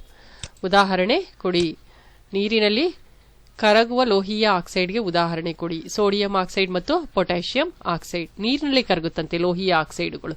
ಸೊ ಅದೇನು ಕ್ಷಾರಗಳನ್ನು ಉಂಟು ಮಾಡುತ್ತೆ ಅದು. ನೆಕ್ಸ್ಟ್ ಬಂದ್ರೆ ನಿಮಗೆ ಆನೋಡೀಕರಣ ಎಂದರೇನು, ಅದರ ಅನ್ವಯಗಳನ್ನು ಬರೆಯಿರಿ. ಆನೋಡೀಕರಣ ಇಂಪಾರ್ಟೆಂಟು, ನೋಡ್ಕೊಳ್ಳಿ ನೀವು ಆನೋಡೀಕರಣದ ಬಗ್ಗೆ. ಸೊ ಅದಾದ್ಮೇಲೆ ನಿಮಗೆ ಬರೋದು ನೈಟ್ರಿಕ್ ಆಮ್ಲದಲ್ಲಿ ಏಕೆ ಹೈಡ್ರೋಜನ್ ಅನಿಲ ಬಿಡುಗಡೆ ಆಗುವುದಿಲ್ಲ. ಇದು ತುಂಬಾ ಇಂಪಾರ್ಟೆಂಟ್ ಮಕ್ಕಳೇ. ಹೈಡ್ರೋಕ್ಲೋರಿಕ್ ಆಮ್ಲದಲ್ಲಿ ಮತ್ತು ಸಲ್ಫ್ಯೂರಿಕ್ ಆಮ್ಲದಲ್ಲಿ ಹೈಡ್ರೋಜನ್ ಅನಿಲ ಬಿಡುಗಡೆ ಆಗುತ್ತೆ, ಆದರೆ ಸಾರಯುತ ನೈಟ್ರಿಕ್ ಆಮ್ಲದಲ್ಲಿ ಬಿಡುಗಡೆ ಆಗೋದಿಲ್ಲ. ಸಾರರಿಕ್ತ ನೈಟ್ರಿಕ್ ಆಮ್ಲದಲ್ಲಿ ಅದು ಬಿಡುಗಡೆ ಆಗುತ್ತೆ. ಸೊ ಯಾಕೆ ಬಿಡುಗಡೆ ಆಗೋದಿಲ್ಲ ಅಂತ, ಪ್ರಬಲ ಉತ್ಕರ್ಷಕ ನೈಟ್ರಿಕ್ ಆಮ್ಲ ಅನ್ನೋದೇನು, ಅದು ಪ್ರಬಲ ಉತ್ಕರ್ಷಕ ಆಗಿರೋದ್ರಿಂದ ಹೈಡ್ರೋಜನ್ ಅನಿಲ ಬಿಡುಗಡೆ ಆಗೋದಿಲ್ಲ. ಅದಾದ್ರೂ ಬದಲು ನೈಟ್ರೋಜನ್ ಆಕ್ಸೈಡ್ ಆಗಿ ಅದು ಪರಿವರ್ತನೆ ಆಗ್ಬಿಡುತ್ತೆ. ಬಿಡುಗಡೆ ಆಗಿರುತ್ತೆ, ಪ್ರಬಲ ಉತ್ಕರ್ಷಕ ಆಗಿರೋದ್ರಿಂದ ಏನಾಗುತ್ತೆ, ಅದು ನೈಟ್ರೋಜನ್ ಆಕ್ಸೈಡ್ ಆಗುತ್ತೆ. ನೆಕ್ಸ್ಟ್ ಬಂದ್ರೆ ಅಯಾನಿಕ ಸಂಯುಕ್ತಗಳ ಸಾಮಾನ್ಯ ಗುಣಲಕ್ಷಣಗಳನ್ನ ಬರೆಯಿರಿ. ಈ ಗುಣಲಕ್ಷಣ ತುಂಬಾ ಇಂಪಾರ್ಟೆಂಟ್ ಮಕ್ಕಳೇ. ಸೊ ಇಲ್ಲಿ ನೀವು ಇದನ್ನ ಅಂಡರ್ಲೈನ್ ಮಾಡ್ಕೊಳ್ಳಿ. ಭೌತ ಸ್ಥಿತಿ, ಕರಗುವ ಬಿಂದು ಮತ್ತು ಕುದಿ ಬಿಂದು ಅಂತ ಅಂಡರ್ಲೈನ್ ಮಾಡ್ಕೊಳ್ಳಿ ಇಂಪಾರ್ಟೆಂಟ್ ಪಾಯಿಂಟ್ಸ್ ನ. ವಿಲೀನತೆ ಹೆಡ್ಡಿಂಗ್ಸ್ ಇವು ಇದರಲ್ಲಿ. ಸೊ ಅಯಾನಿಕ. ನೆಕ್ಸ್ಟ್ ಇದನ್ನ ಬರಿಬೇಕು ಅಂದ್ರೆ ಉಪ್ಪನ್ನ ಜ್ಞಾಪಿಸ್ಕೊಳ್ಳಿ ಮಕ್ಕಳೇ, ಉಪ್ಪು. ಸೊ ಉಪ್ಪನ್ನ ನೀವು ಜ್ಞಾಪಿಸ್ಕೊಂಡ್ರೆ ಉಪ್ಪಿನಲ್ಲಿರುವಂತಹ ಒಂದು ಗುಣಲಕ್ಷಣ ನಿಮಗೆ ಇಲ್ಲಿ ಬರುತ್ತೆ ಅಯಾನಿಕ ಬಂಧಕ್ಕೆ. ಅದಕ್ಕೆ ನೀವು ಇಲ್ಲಿ ಅಯಾನಿಕ ಬಂಧದ ಗುಣಲಕ್ಷಣ ಅಂತ ಕೇಳ್ತಿದ್ದಂಗೆ ಏನನ್ನ ಜ್ಞಾಪಿಸ್ಕೊಳ್ತೀರಾ, ಉಪ್ಪನ್ನ ಜ್ಞಾಪಿಸ್ಕೊಂಡು ಈ ಆನ್ಸರ್ ಅನ್ನ ಬರೀರಿ. ನೋಡಿ, ಘನವಸ್ತು ಕಠಿಣವಾಗಿರುತ್ತೆ, ಉಪ್ಪು ಹೌದು. ಕರಗುವ ಬಿಂದು ಮತ್ತು ಕುದಿಬಿಂದು ಸ್ವಲ್ಪ ಹೆಚ್ಚಿನ ಕುದಿಬಿಂದು ಹೆಚ್ಚಾಗಿರುತ್ತೆ. ಕರಗುವ ಬಿಂದು ಅಂತ ಹೇಳಿದ್ರೆ ನೀರ್ಗೆ ಹಾಕಿದ್ರೆ ಕರಗೋದಲ್ಲ, ನೀವು ಕಾಯಿಸಿದಾಗ ಕರಗುವಂಥದ್ದು. ಸೊ ಕಾಯಿಸಿದಾಗ ಅದ ಎಷ್ಟು ತುಂಬಾ ಜಾಸ್ತಿ ಕಾಯಿಸ್ಬೇಕಾಗುತ್ತೆ, ಇಲ್ಲದಿದ್ರೆ ಕಪ್ಪಗಾಗುತ್ತೆ. ನೋಡಿದ್ದೀರಾ ನೀವು ಕಾಯಿಸ್ತಾ ಹೋದ್ರೆ ಉಪ್ಪನ್ನ, ನೀರಿಗೆ ಹಾಕಿದ್ರೆ ಕರಗುತ್ತೆ ಅದು. ಆದ್ರೆ ಇಲ್ಲಿ ಕರಗುವ ಬಿಂದು ಕುದಿಬಿಂದು ಅಂದ್ರೆ ಬರೀ ನೀರಿಗೆ ಹಾಕ್ತೇನೆ ಅದನ್ನೇ ಇಟ್ಟು ಮಾಡುವಂಥದ್ದು. ಅದಕ್ಕೆ ಹೆಚ್ಚು ಕರಗುವ ಬಿಂದು ಹೆಚ್ಚು ಕುದಿಬಿಂದು ಇರುತ್ತೆ ಅಂತ ಹೇಳಿ. ನೆಕ್ಸ್ಟ್ ವಿಲೀನತೆ, ನೀರಿನಲ್ಲಿ ಕರಗುತ್ತೆ ಅಂತ. ಸೀಮೆ ಎಣ್ಣೆಯಲ್ಲಿ ಕರಗಲ್ಲ, ಅದು ವಿಲೀನತೆಗೆ ಬರುತ್ತೆ. ನೆಕ್ಸ್ಟ್ ಬಂದ್ರೆ ನಿಮಗೆ ಹುರಿಯುವಿಕೆ ಎಂದರೇನು, ಕಾಸುವಿಕೆ ಎಂದರೇನು. ಇದು ಇದರಲ್ಲಿ ಬರುತ್ತೆ, ಲೋಹೋದ್ಧರಣ ಭಾಗದಲ್ಲಿ ಬರುತ್ತೆ. ಇದಿಷ್ಟು ಫಸ್ಟ್ ಪಾರ್ಟ್ ಅಂತ ತಿಳ್ಕೊಳ್ಬಹುದು, ಯಾವ್ದ್ರಲ್ಲಿ, ಲೋಹಗಳು ಅಲೋಹಗಳು ಪಾರ್ಟ್ ಅಲ್ಲಿ. ಅದೇ ಇದರಲ್ಲಿ ನೆಕ್ಸ್ಟ್ ಬರೋದಾದ್ರೆ ಲೋಹೋದ್ಧರಣದ ಬಗ್ಗೆ ಬರುತ್ತೆ. ಇದು ತುಂಬಾ ಇಂಪಾರ್ಟೆಂಟ್. ಹುರಿಯುವಿಕೆ ಎಂದರೇನು, ಕಾಸುವಿಕೆ ಎಂದರೇನು, ವಿಡಿಯೋದಲ್ಲಿ ನಾನು ಮಾಡಿದ್ದೀನಿ. ಇದಕ್ಕೆ ಎಕ್ಸ್ಪ್ಲನೇಷನ್ಸ್ ಎಲ್ಲ ನೋಡ್ಕೊಳ್ಬಹುದು ನೀವು. ಸೊ ಇದನ್ನ ಬರ್ಸಿದೆ. ನೆಕ್ಸ್ಟ್ ಬಂದ್ರೆ ಲೋಹಗಳನ್ನು ಶಾಲಾ ಗಂಟೆಗಳಲ್ಲಿ ಬಳಸಲು ಕಾರಣವೇನು. ನಾನೇನು ಹೇಳಿದೆ ಆಗ್ಲೇ, ಲೋಹಗಳನ್ನ ಎಲ್ಲೆಲ್ಲಿ ಯಾವ ಲೋಹನೇ ತಗೊಳ್ಳಿ, ಇಲ್ಲಿ ಬಳಸ್ತಾರೆ ಕಾರಣ ಏನು, ಅಲ್ಲಿ ಬಳಸ್ತಾರೆ ಕಾರಣ ಏನು ಅಂತ ಹೇಳಿದ್ರೆ ಅದರ ಭೌತ ಗುಣಗಳಿಗೆ ಹೋಗಿ ಯಾವ್ದ ಭೌತ ಗುಣ ಮ್ಯಾಚ್ ಆಗುತ್ತೆ ಅದನ್ನ ಬರೀರಿ ಮಕ್ಕಳೇ. ಇಲ್ಲಿ ಶಬ್ದ ಬರುತ್ತೆ ಗೊತ್ತು, ಲೋಹಗಳೆಲ್ಲ, ಅದಕ್ಕೆ ಲೋಹಗಳಿಗೆ ಶಾಬ್ದನ ಗುಣ ಇರೋದ್ರಿಂದ ಶಾಲಾ ಗಂಟೆಗಳಲ್ಲಿ ಬಳಸ್ತಾರೆ ಅದನ್ನ. ನೆಕ್ಸ್ಟ್ ಚಿನ್ನ ಮತ್ತು ಬೆಳ್ಳಿಯನ್ನು ಆಭರಣದಲ್ಲಿ ಬಳಸಲು ಯಾವ ಗುಣ ಸಹಾಯ ಮಾಡುತ್ತೆ. ಈ ತರದ ಪ್ರಶ್ನೆಗಳನ್ನೇ ನಿಮಗೆ ಕೇಳುವಂಥದ್ದು ಕನ್ಫ್ಯೂಷನ್ ಮಾಡೋದಕ್ಕೆ. ತನ್ಯತೆ, ಕುಟ್ಯತೆ ಮತ್ತು ಹೊಳಪಿನ ಗುಣ ಇರೋದ್ರಿಂದ ಆಭರಣದಲ್ಲಿ ಅದನ್ನ ಬಳಸ್ತಾರೆ. ನೆಕ್ಸ್ಟ್ ಲೋಹಕ್ಕೆ ಉದಾಹರಣೆ, ಅಲೋಹಕ್ಕೆ ಉದಾಹರಣೆ ನೀವು ಜ್ಞಾಪಕ ಇಟ್ಕೊಳ್ಳಿ ಅಂತ. ಇದೇ ಲೋಹ, ಇದೇ ಅಲೋಹ, ಯಾಕೆಂದ್ರೆ ಭೌತ ಗುಣ ಹೇಳ್ಬೇಕಲ್ಲ ನೀವು, ಅದಕ್ಕೆ ಉದಾಹರಣೆ ಜ್ಞಾಪಕ ಇಟ್ಕೊಂಡ್ರೆ ನಿಮಗೆ ಈಸಿ ಆಗುತ್ತೆ ಅಂತ ಇದು ಬರ್ಸಿದೆ. ಇನ್ನು ತಣ್ಣೀರಿನಲ್ಲಿ ಈಗ ಲೋಹಗಳ ವರ್ತನೆಯ ಬಗ್ಗೆ ನೋಡೋದಾದ್ರೆ, ಕೆಲವೊಂದು ಲೋಹಗಳು ತಣ್ಣೀರಲ್ಲಿ ವರ್ತನೆ ಮಾಡ್ತು, ಕೆಲವೊಂದು ಲೋಹಗಳು ಬಿಸಿ ನೀರಲ್ಲಿ ವರ್ತನೆ ಮಾಡ್ತು. ನೆಕ್ಸ್ಟ್ ಇನ್ನ ಕೆಲವೊಂದು ಹಬೆಯಲ್ಲಿ ವರ್ತನೆ ಮಾಡಿದಂತಹ ಲೋಹಗಳಿದೆ. ನೆಕ್ಸ್ಟ್ ಕ್ಷಾರಗಳನ್ನ ಉಂಟು ಮಾಡುವ ಲೋಹಗಳಿದೆ. ಆ ತರದ ಪ್ರಶ್ನೆಗಳೆಲ್ಲ ಇದೆ ಇಲ್ಲಿ. ನೀವು ಇಲ್ಲಿ ನಾನು ರಾಸಾಯನಿಕ ಸಮೀಕರಣದ ಬಗ್ಗೆ ಏನು ಇಲ್ಲಿ ಕಾನ್ಸಂಟ್ರೇಟ್ ಮಾಡಿಲ್ಲ, ಅದು ತುಂಬಾ ಇಂಪಾರ್ಟೆಂಟ್. ಸಮೀಕರಣಗಳೆಲ್ಲ ಟೆಕ್ಸ್ಟ್ ಬುಕ್ ಅಲ್ಲೇ ಇದೆ, ಒಂದು ಕಡೆ ಬರ್ಕೊಳ್ಳಿ. ಅಂದ್ರೆ ಫಾರ್ ಎಕ್ಸಾಂಪಲ್, ಬಿಸಿ ನೀರಿನಲ್ಲಿ ಯಾವ ಲೋಹ ಯಾವ ಇದಕ್ಕೆ ಲೋಹ ಆಮ್ಲಕ್ಕೆ ವರ್ತನೆ ಮಾಡಿದಾಗ ಹೇಗೆ ಅದ್ರದ್ದು ಸಮೀಕರಣ ಬರೆಯಿರಿ, ಅಥವಾ ಲೋಹವು ಬಿಸಿ ನೀರಿನಲ್ಲಿ ವರ್ತನೆ ಮಾಡಿದಾಗ ಏನು ಜರುಗುತ್ತೆ ಅದರ ಸಮೀಕರಣ ಬರೆಯಿರಿ ಅಂತ ಹೇಳ್ತಾರೆ. ಇಲ್ಲಿ ಒಂದೊಂದು ಲೈನ್ ನಾನು ಬಿಡಿಸಿದ್ದೆ ಅವರಿಗೆ, ಆಮೇಲೆ ಬರ್ಕೊಳ್ಳಿ ಅಂತ. ಸೊ ನೀವು ಬರ್ಕೊಳ್ಬಹುದು. ನೆಕ್ಸ್ಟ್ ಬಂದ್ರೆ ಸೋಡಿಯಂ ಅಥವಾ ಪೊಟ್ಯಾಷಿಯಂ ಅನ್ನು ಸೀಮೆ ಎಣ್ಣೆಯಲ್ಲಿ ಅದ್ದಿಡಲು ಕಾರಣವೇನು ಅಂತ ಹೇಳ್ಬಿಟ್ಟು ಸೀಮೆ ಎಣ್ಣೆ ಒಳಗಡೆ ಮುಳುಗಿಸಿ ಇಟ್ಟಿರ್ತಾರೆ. ಯಾಕೆ ಅಂತ ಹೇಳಿದ್ರೆ ಅದಕ್ಕೆ ಬೆಂಕಿ ಹತ್ಕೊಂಡ್ಬಿಡುತ್ತೆ, ಅಂದ್ರೆ ಅದು ತುಂಬಾ ಕ್ರಿಯಾಶೀಲ ಧಾತು. ಅದಕ್ಕೋಸ್ಕರ ಸೀಮೆ ಎಣ್ಣೆಯಲ್ಲಿ ಆದ್ರೆ ವರ್ತಿಸೋದಿಲ್ಲ, ಅದಕ್ಕೆ ಅಲ್ಲಿ ಇಟ್ಟಿರ್ತಾರೆ ಅದನ್ನ. ನೆಕ್ಸ್ಟ್ ಬಂದ್ರೆ ಅತಿಸಾರರಿಕ್ತ ನೈಟ್ರಿಕ್ ಆಮ್ಲಕ್ಕೆ ಮೆಗ್ನೀಷಿಯಂ ಅಥವಾ ಮ್ಯಾಂಗನೀಸ್ ಹಾಕಿದಾಗ ಯಾವ ಅನಿಲ ಬಿಡುಗಡೆ ಆಗುತ್ತೆ. ನೋಡಿ, ಇದು ಹೇಳ್ದೆ ಅಲ್ಲಿ, ನೈಟ್ರಿಕ್ ಆಮ್ಲ ಹೈಡ್ರೋಜನ್ ಅನಿಲ ಬಿಡುಗಡೆ ಆಗೋದಿಲ್ಲ. ಎಂತಹ ನೈಟ್ರಿಕ್ ಆಮ್ಲ? ಸಾರಯುತ ನೈಟ್ರಿಕ್ ಆಮ್ಲ ಹೈಡ್ರೋಜನ್ ಅನಿಲ ಬಿಡುಗಡೆ ಮಾಡಲ್ಲ. ಅದೇ ಸಾರರಿಕ್ತ ಅಂತ ಹೇಳಿದ್ರೆ ನೀರ್ ಹಾಕೋದು, ಅಂದ್ರೆ ತುಂಬಾ ಲೈಟ್ ಆಗಿರುವಂತದ್ದು, ದುರ್ಬಲ ಅಂತ. ಅದೇ ಸ್ವಲ್ಪ ನೈಟ್ರಿಕ್ ಆಮ್ಲ ತಗೊಳ್ಳೋದು, ಇನ್ ಮಿಕ್ಕಿದ್ ನೀರ್ ಹಾಕ್ಬಿಡ್ತಿರಲ್ಲ, ಆ ನೀರ್ ಹಾಕ್ದಾಗ ಬರುತ್ತಲ್ಲ ಅದನ್ನ ಸಾರರಿಕ್ತ ಅಂತ ಹೇಳ್ತಾರೆ. ದುರ್ಬಲ, ಪ್ರಬಲ ಅಂತಾರೆ. ಅಲ್ಲಿ ಇರೋದು ಸಾರಯುತ ಅಂದ್ರೆ ಪ್ರಬಲ, ಸಾರರಿಕ್ತ ಅಂದ್ರೆ ದುರ್ಬಲ ನೈಟ್ರಿಕ್ ಆಮ್ಲ. ಈ ದುರ್ಬಲ ನೈಟ್ರಿಕ್ ಆಮ್ಲಕ್ಕೆ ಯಾವ್ದನ್ನ ಹಾಕ್ತಾ ಇದ್ದಾರೆ? ಮೆಗ್ನೀಷಿಯಂ ಅಥವಾ ಮ್ಯಾಂಗನೀಸ್ ನ ಹಾಕಿದಾಗ ಬಿಡುಗಡೆ ಆಗೋದು ಹೈಡ್ರೋಜನ್ ಅನಿಲ. ಈ ರೀತಿನೂ ಪ್ರಶ್ನೆ ಕೇಳಬಹುದು ಮಕ್ಕಳೇ. ಸಾರರಿಕ್ತ ನೈಟ್ರಿಕ್ ಆಮ್ಲಕ್ಕೆ ಯಾವ ಧಾತುಗಳನ್ನ ಹಾಕಿದಾಗ ಅಥವಾ ಯಾವ ಲೋಹಗಳನ್ನ ಹಾಕಿದಾಗ ಹೈಡ್ರೋಜನ್ ಅನಿಲ ಬಿಡುಗಡೆ ಆಗುತ್ತೆ? ಮೆಗ್ನೀಷಿಯಂ ಅಥವಾ ಮ್ಯಾಂಗನೀಸ್. ಅಥವಾ ಸಾರರಿಕ್ತ ನೈಟ್ರಿಕ್ ಆಮ್ಲಕ್ಕೆ ಮೆಗ್ನೀಷಿಯಂ ಮ್ಯಾಂಗನೀಸ್ ಹಾಕಿದಾಗ ಯಾವ ಅನಿಲ ಬಿಡುಗಡೆ ಆಗುತ್ತೆ? ಹೈಡ್ರೋಜನ್ ಅನಿಲ. ಈ ರೀತಿ ಯಾವ ಪ್ರಶ್ನೆ ಆದ್ರೂ ಅವರು ಕೇಳಬಹುದು, ಅದನ್ನ ನೀವು ನೋಡ್ಕೊಳ್ಬೇಕಾಗುತ್ತೆ. ಇನ್ನು ನೆಕ್ಸ್ಟ್ ಬಂದ್ರೆ ನಿಮಗೆ ರಾಜದ್ರವದ ಬಗ್ಗೆ ಕೊಟ್ಟಿದ್ದಾರೆ. ಸೊ ರಾಜದ್ರವ ಎಂದರೇನು, ಅದರಲ್ಲಿ ಇರುವಂತಹ ಇದು ಯಾವುದು ಅಂತ, ಹೈಡ್ರೋಕ್ಲೋರಿಕ್ ಆಮ್ಲ ಮತ್ತು ನೈಟ್ರಿಕ್ ಆಮ್ಲದ ಮಿಶ್ರಣಕ್ಕೆ ರಾಜದ್ರವ ಅಂತ ಹೇಳ್ತಾರೆ. ಅದೇ ನೀವು ಚಿನ್ನ ಯಾವುದ್ರಲ್ಲೂ ವರ್ತನೆ ಮಾಡೋದಿಲ್ಲ, ಆದ್ರೆ ಈ ರಾಜದ್ರವದಲ್ಲಿ ಮಾತ್ರ ವರ್ತನೆ ಮಾಡುತ್ತೆ. ನೋಡಿ, ಚಿನ್ನ ಮತ್ತು ಪ್ಲಾಟಿನಂ ಅನ್ನು ಕರಗಿಸಬಲ್ಲ ಏಕೈಕ ದ್ರವ ಯಾವುದು ಅಂದ್ರೆ ರಾಜದ್ರವ ಅಂದ್ರೆ 3:1 ಅನುಪಾತದಲ್ಲಿ HCl ಮತ್ತು HNO3 ಇರುವಂತದ್ದು. ನೆಕ್ಸ್ಟ್ ಬಂದ್ರೆ ನಿಮಗೆ ಕ್ರಿಯಾಶೀಲತೆಯ ಸರಣಿ. ನಾನು ಹೇಳಿದ್ದೀನಿ, ಹಾಡಿನ ರೂಪದಲ್ಲಾದ್ರೂ ಜ್ಞಾಪಕ ಇಟ್ಕೊಳ್ಬಹುದು, ನಿಮ್ಮಿಷ್ಟ ಯಾವ ತರ ಆದ್ರೂ ನೀವು ಜ್ಞಾಪಕ ಇಟ್ಕೊಳ್ಬಹುದು. ಏನನ್ನ? ಕ್ರಿಯಾಶೀಲತೆಯ ಸರಣಿಯನ್ನ. ಸೊ ಕ್ರಿಯಾಶೀಲತೆಯ ಸರಣಿಯಲ್ಲಿ ಅವರು ನೋಡಿ ಇಲ್ಲಿ ಮಧ್ಯ ಮಧ್ಯ ಈ ರೀತಿಯ ಪ್ರಶ್ನೆಗಳನ್ನು ಕೇಳಬಹುದು ಮಕ್ಕಳೇ. ನಾನು ಈ ಧಾತುಗಳನ್ನ ತಗೊಂಡಿದ್ದೀನಿ, ಅವ್ರು ಬೇರೆ ಧಾತು ತಗೊಂಡು ಕೂಡ ಮಾಡಬಹುದು. ನೋಡಿ ಇಲ್ಲಿ ಪೊಟ್ಯಾಷಿಯಂ, ಅಲ್ಯೂಮಿನಿಯಂ, ಕ್ಯಾಲ್ಸಿಯಂ, ಲೆಡ್ ಅಂತ ನಾನು ತಗೊಂಡಿದ್ದೀನಿ. ಅವರು ಬೇರೆ ಯಾವುದೋ ಧಾತುಗಳನ್ನ ತಗೊಂಡು ಕ್ರಿಯಾಶೀಲತೆಯ ಸರಣಿಯ ಏರಿಕೆ ಕ್ರಮನಾದ್ರೂ ಕೇಳಬಹುದು, ಇಳಿಕೆ ಕ್ರಮನಾದ್ರೂ ಕೇಳಬಹುದು. ಅವರು ನೀವು ನೋಡ್ಕೊಳ್ಬೇಕು. ನೋಡಿ ನಿಮ್ಮ ಇದರಲ್ಲಿ ಕೊಟ್ಟಿದ್ದಾರೆ ನೋಡಿ, ಅಲ್ಲಿ ಕೊಟ್ಟಿರೋ ಇದರಲ್ಲಿ ನೋಡಿ ಈ ರೀತಿ ಮೇಲ್ಭಾಗದ ಬಾಣದ ಗುರುತು ಕೆಳಗಿಂದ ಚಿನ್ನ, ಬೆಳ್ಳಿ, ಪಾದರಸ ಅಂತ ಅಲ್ಲಿಂದ ಹೋದ್ರೆ ಏರಿಕೆ ಕ್ರಮ. ಅದೇ ನೀವು ಪೊಟ್ಯಾಷಿಯಂ, ಸೋಡಿಯಂ, ಕ್ಯಾಲ್ಸಿಯಂ ಆ ಕಡೆಯಿಂದ ಬಂದ್ರೆ ಅದು ಇಳಿಕೆ ಕ್ರಮ. ಅವ್ರು ಏರಿಕೆ ಕ್ರಮ ಅಂತ ಹೇಳಿದ್ರೆ ಇಲ್ಲಿಂದ ಫಸ್ಟ್ ಯಾವ್ಯಾವ್ದು ಬರುತ್ತೆ ಅದನ್ನ ಬರ್ಕೊಂಡು ಹೋಗಿ, ಇಳಿಕೆ ಕ್ರಮದಲ್ಲಿ ಬರೆಯಿರಿ ಎಂದಾಗ ಫಸ್ಟ್ ಯಾವ್ಯಾವ್ದು ಹಿಂಗ್ ಬರುತ್ತೆ ಅದನ್ನ ಬರ್ಕೊಂಡು ಹೋಗಿ ಮಕ್ಕಳೇ. ಸೊ ಅದು ಇನ್ನು ನೆಕ್ಸ್ಟ್ ಇಲ್ಲಿ ಕೊಟ್ಟಿರುವಂತಹ ಧಾತುಗಳಲ್ಲಿ ಹೆಚ್ಚು ಕ್ರಿಯಾಶೀಲ, ಕಡಿಮೆ ಕ್ರಿಯಾಶೀಲ ಧಾತು ಯಾವುದು ಅಂತ ಕೇಳಿದ್ರೆ ಅದೇ ತರ ಆರ್ಡರ್ ಮಾಡ್ಕೊಂಬಿಡಿ. ಸೊ ನೀವು ಏರಿಕೆ ಕ್ರಮದಲ್ಲಿ ಆರ್ಡರ್ ಮಾಡ್ಕೊಂಡ್ರೆ ಕೆಳಗಡೆ ಬರೋದೆಲ್ಲ ಕಡಿಮೆ ಕ್ರಿಯಾಶೀಲ, ಮೇಲೆ ಬರೋದೆಲ್ಲ ಹೆಚ್ಚು ಕ್ರಿಯಾಶೀಲ. ಆ ರೀತಿ ಮಾಡಿಕೊಂಡು ಆನ್ಸರ್ನ ಕಂಡುಹಿಡ್ಕೊಳ್ಬಹುದು. ಈ ರೀತಿ ಕ್ರಿಯಾಶೀಲತೆ ಸರಣಿಯಲ್ಲಿ ಯಾವ ತರಹದ ಅಪ್ಲಿಕೇಶನ್ ಕ್ವಶನ್ ಬೇಕಾದರೂ ಅವರು ಕೇಳಬಹುದು, ನೋಡ್ಕೊಳ್ಳಿ. ನೆಕ್ಸ್ಟ್ ಅಯಾನಿಕ ಸಂಯುಕ್ತದ ಗುಣಲಕ್ಷಣದ ಆಧಾರದ ಮೇಲೆ ಕೆಲವೊಂದು ಕ್ವಶನ್ಸ್ಗಳು ಬರಬಹುದು. ಅದಕ್ಕೋಸ್ಕರ ನಾನು ಅಲ್ಲಿ ಮಾಡಿದ್ದೀನಿ. ಸೊ ಅಯಾನಿಕ ಸಂಯುಕ್ತಗಳಿಗೆ ಹೆಚ್ಚು ಕರಗುವ ಬಿಂದು, ಕುದಿ ಬಿಂದು ಇರೋದಕ್ಕೆ ಏನ್ ಕಾರಣ? ಅದು ಪ್ರಬಲ ಅಯಾನಿಕ ಬಂಧ ಇರೋದೇ ಇವೆಲ್ಲದಕ್ಕೂ ಕಾರಣ. ಸೊ ಅವ್ರೇನೇ ಕ್ವಶನ್ ಕೇಳಿ ಪ್ರಬಲ ಅಯಾನಿಕ ಬಂಧ ಇದೆ, ಹೆಚ್ಚು ಶಕ್ತಿ ಬೇಕಾಗುತ್ತೆ ಆ ಬಂಧವನ್ನ ಒಡೆಯೋದಕ್ಕೆ, ಅದನ್ನೇ ಹೇಳಿದ್ರೆ ಸಾಕು ನೀವು. ಸೊ ಇನ್ನು ನೆಕ್ಸ್ಟ್ ಖನಿಜಗಳು ಎಂದರೇನು, ಅದಿರು ಎಂದರೇನು, ಅವುಗಳನ್ನ ಬರ್ಕೊಳ್ಬಹುದು. ಸೊ ಇದಾಗಿದ ನಂತರ ಮುಕ್ತ ರೂಪದಲ್ಲಿ ಅಥವಾ ಶುದ್ಧ ರೂಪದಲ್ಲಿ ದೊರೆಯುವ ಧಾತು ಯಾವುದು? ಚಿನ್ನ, ಬೆಳ್ಳಿ ಮತ್ತು ಪ್ಲಾಟಿನಂ ಮುಕ್ತ ರೂಪ ಅಥವಾ ಶುದ್ಧ ರೂಪದಲ್ಲಿ ದೊರೆಯುತ್ತೆ. ನೆಕ್ಸ್ಟ್ ಆಕರ್ಷಣೆಗಾಗಿ ಬಳಸುವ ಲೋಹ ಕಾರ್ಬನ್, ಅದು ಕೊಟ್ಟಿದ್ರು ಟೆಕ್ಸ್ಟ್ ಬುಕ್ ಅಲ್ಲಿ, ಸೊ ಅದನ್ನ ಹಾಕಿದ್ದೀನಿ ನಾನು. ಮಡ್ಡಿ ಎಂದರೇನು? ಸೊ ಮಡ್ಡಿ ಎಂದರೇನು ಅಂತ ಅದನ್ನು ಬರ್ಕೊಳ್ಳಿ. ಕಶ್ಮಲಗಳು ಇರುತ್ತಲ್ಲ, ಮರಳು ಮಣ್ಣು ಎಲ್ಲ ಸೇರ್ಕೊಂಡಿರುತ್ತಲ್ಲ ಯಾವ್ದ್ರಲ್ಲಿ, ಅದಿರಲ್ಲಿ, ಅದನ್ನ ನಾವು ಏನ್ ಹೇಳ್ತೀವಿ? ಮಡ್ಡಿ ಅಂತ ಹೇಳ್ತೀವಿ. ನೆಕ್ಸ್ಟ್ ಕಾರ್ಬೋನೇಟ್ ಅದಿರನ್ನ ಹೇಗೆ ಶುದ್ಧೀಕರಣ ಮಾಡೋದು? ಸಿಂಪಲ್ ಆಗಿ ಬರ್ದಿದ್ದೀನಿ ಇದು. ಸೊ ಸಂಪೂರ್ಣವಾಗಿ ಬರ್ದಿಲ್ಲ, ರಿಯಾಕ್ಷನ್ ಸಿಂಪಲ್ ರಿಯಾಕ್ಷನ್ ಬರ್ದಿದ್ದೀನಿ. ಅಕಸ್ಮಾತ್ ಕಲ್ತ್ಕೊಳ್ಳೋಕೆ ನಿಮ್ಗೆ ಆಗಲ್ಲ ಅಂತ ಹೇಳೋರು ತುಂಬಾ ಕಷ್ಟ ಆಗುತ್ತೆ. ಆಗವರು ಟೆಕ್ಸ್ಟ್ ಬುಕ್ ಅಲ್ಲಿರುವಂತಹ ಒಂದು ಇದನ್ನೇ ಇದ್ ಮಾಡ್ಕೊಳ್ಳಿ. ಆಗಲ್ಲ ನನಗೆ ತುಂಬಾ ಕಷ್ಟ ಆಗ್ತಾ ಇದೆ, ಮರ್ತೋಗ್ತಾ ಇದೆ ಅಂದ್ರೆ ಇದನ್ನ ಮಾಡ್ಕೊಳ್ಳಿ, ಈ ಸಮೀಕರಣವನ್ನ ಮಾಡ್ಕೊಳ್ಳಿ. ಇದು ಸಮೀಕರಣ ಸಂಪೂರ್ಣವಾಗಿ ಇಲ್ಲ, ಆದ್ರೂ ಕೂಡ ಈಸಿಯಾಗಿ ಜ್ಞಾಪಕ ಇಟ್ಕೊಳ್ಳೋದಕ್ಕೆ ಅಂತ ಬರ್ದಿರುವಂತದ್ದು. ಕಾರ್ಬೋನೇಟ್ ಅದಿರನ್ನ ಹೇಗೆ ಶುದ್ಧೀಕರಣ ಮಾಡೋರೆ ಸಮೀಕರಣದೊಂದಿಗೆ ವಿವರಿಸಿ. ನೆಕ್ಸ್ಟ್ ಕಾರ್ಬೋನೇಟ್ ಅದಿರಿಗೆ ಗಾಳಿ ಅವಶ್ಯಕತೆ ಇರೋದಿಲ್ಲ. ಯಾಕೆ ಅಂತ ಹೇಳಿದ್ರೆ ಕಾರ್ಬೋನೇಟ್ ಅಂದ್ರೆ CO3 ಅದರಲ್ಲೇ ಇರುತ್ತಲ್ಲ ಗಾಳಿ, ಅದಕ್ಕೋಸ್ಕರ. ನೆಕ್ಸ್ಟ್ ಇದು ಅಷ್ಟೇ, ಪಾದರಸದ ಸಲ್ಫೇಟ್ನಿಂದ ಪಾದರಸವನ್ನ ಹೇಗೆ ಲೋಹೋದರಣ ಮಾಡೋದು, ಇದು ಅಷ್ಟೇ ಸಂಪೂರ್ಣವಾದ ಸಮೀಕರಣ ಇಲ್ಲ. ನಾನು ನಿಮಗೆ ಈಸಿ ಆಗ್ಲಿ ಅಂತ ಹೇಳ್ಬಿಟ್ಟು ಕೆಲವು ಮಕ್ಕಳಿಗೆ ಕಲ್ತ್ಕೊಳ್ಳೋಕೆ ಕಷ್ಟ ಆಗುತ್ತೆ ಸಮೀಕರಣಗಳು, ಅದಕ್ಕೋಸ್ಕರ ಹೈಡ್ರೋಜನ್ ಸಲ್ಫೈಡ್ ಇದ್ದಿದ್ದು ಹುರಿಯುವಿಕೆಗೆ ಒಳಪಡಿಸಿದಾಗ ಹೈಡ್ರೋಜನ್ ಆಕ್ಸೈಡ್ ಆಯ್ತು, ಮತ್ತೆ ಹೈಡ್ರೋಜನ್ ಆಕ್ಸೈಡ್ ನ ಉಷ್ಣತೆ ಕೊಟ್ಟು ಅಪಕರ್ಷಣೆ ಮಾಡಿದಾಗ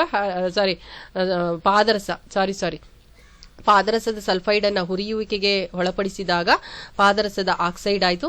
ಪಾದರಸದ ಆಕ್ಸೈಡ್ ಅನ್ನಗೆ ಉಷ್ಣತೆ ಹೆಚ್ಚು ಕೊಟ್ಟಾಗ ಅಪಕರ್ಷಣೆಗೆ ಒಳಗಾಗಿ ಪಾದರಸ ಆಯ್ತು. ಈ ರೀತಿ ಉದ್ಧರಣೆ ಮಾಡಿದ್ದಾರೆ ಅಂತ ಇದನ್ನೇ ಇಲ್ಲಿ ಬರ್ದಿರುವಂತದ್ದು. ಸೊ ಈ ತರ ಕಲ್ತ್ಕೊಳ್ಬಹುದು ನೀವು ಈಸಿ ಮೆಥಡ್ ಅಲ್ಲಿ.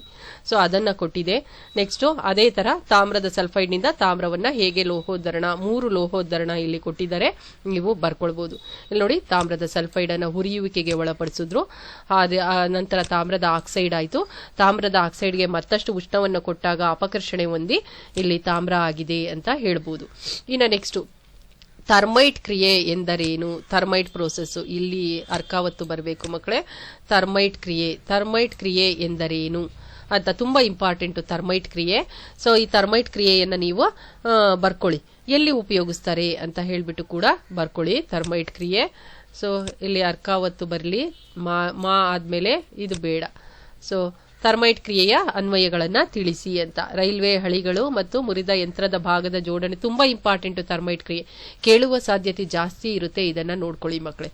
ನೆಕ್ಸ್ಟ್ ಬಂದ್ರೆ ವಿದ್ಯುತ್ ವಿಭಜನಾ ಕ್ರಿಯೆಯಲ್ಲಿ ಶುದ್ಧ ತಾಮ್ರವನ್ನ ಎಲ್ಲಿ ಹಾಕಿರ್ತಾರೆ, ಅಶುದ್ಧ ತಾಮ್ರವನ್ನ ಎಲ್ಲಿ ಹಾಕ್ತಾರೆ ವಿದ್ಯುತ್ ವಿಭಜನಾ ಕ್ರಿಯೆಯಲ್ಲಿ ಅಂತ ತುಂಬಾ ಇಂಪಾರ್ಟೆಂಟ್, ನೋಡ್ಕೊಳ್ಬೇಕು ನೀವು. ಕ್ಯಾಥೋಡ್ ಆನೋಡ್ ನ ಬಗ್ಗೆ ನೀವು ತುಂಬಾ ಗಮನ ಕೊಡಬೇಕು, ಕೇಳ್ತಾರೆ ಅದನ್ನ.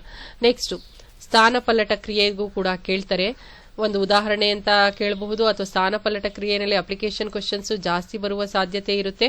ಈಸಿ ಇರುತ್ತೆ, ಬಟ್ ಅರ್ಥ ಆಗೋದಿಲ್ಲ. ನೋಡ್ಕೊಳ್ಳಿ ಸ್ಥಾನಪಲ್ಲಟ ಕ್ರಿಯೆಯನ್ನ ಸರಿಯಾಗಿ. ನೆಕ್ಸ್ಟ್, ಗಾಳಿಯಲ್ಲಿ ತೆರೆದಿಟ್ಟಾಗ ತಾಮ್ರ ಕಾರ್ಬೊನೇಟ್ ಆಗಿ ಬದಲಾಗಿರುತ್ತೆ. ಆ ಕಾರ್ಬೊನೇಟ್ ಆಗಿರುವಂತಹ ಒಂದು ಬಣ್ಣ ಯಾವುದು? ಹಸಿರು ಬಣ್ಣ. ತಾಮ್ರ ಇತ್ತು, ಗಾಳಿಗಿಟ್ಟೆ ತಾಮ್ರದ ಕಾರ್ಬೊನೇಟ್ ಆಗಿ ಹಸಿರು ಬಣ್ಣ ಆಗಿದೆ. ಹಸಿರು ಬಣ್ಣ ಆಗ್ಬಿಡುತ್ತಲ್ಲ ತಾಮ್ರ, ಯಾಕೆ ಅಂದ್ರೆ ತಾಮ್ರದ ಕಾರ್ಬೊನೇಟ್ ಆಗಿ ಪರಿವರ್ತನೆ ಆಗಿರುತ್ತೆ ಅಂತ ಬರಿಬಹುದು ನೀವು. ಸೊ ಆ ರೀತಿಯಾದ ಪ್ರಶ್ನೆಗಳನ್ನ ನಾನು ಕವರ್ ಮಾಡಿದ್ದೀನಿ ಇಲ್ಲಿ. ಈ ಪಾಠದಲ್ಲಿ ನಾನು ಸಮೀಕರಣ ಬಗ್ಗೆ ಕವರ್ ಮಾಡಿಲ್ಲ ಮಕ್ಕಳೇ. ಯಾವ್ದು? ಲೋಹ ಮತ್ತು ಆಮ್ಲದ ಒಡನೆ ವರ್ತನೆ, ಲೋಹ ಮತ್ತು ನೀರಿನೊಡನೆ ವರ್ತನೆ, ಅದ್ರದ್ದು ಸಮೀಕರಣ ಕವರ್ ಮಾಡಿಲ್ಲ. ಅದನ್ನ ನೀವು ಮಾಡ್ಕೊಳ್ಬೇಕಾಗುತ್ತೆ. ಅದು ಇಂಪಾರ್ಟೆಂಟ್ ಸಮೀಕರಣಗಳು ಇಲ್ಲಿ ಮಾಡಿಲ್ಲ, ಆಮೇಲೆ ಮಾಡೋಣ ಅಂತ ಹೇಳಿ ಮಾಡಿದೀನಿ. ಹಾಗಾಗಿ ನೀವು ಆ ಸಮೀಕರಣ ಇದರ ಜೊತೆಗೆ ಕಲ್ತ್ಕೊಳ್ಬೇಕಾಗುತ್ತೆ.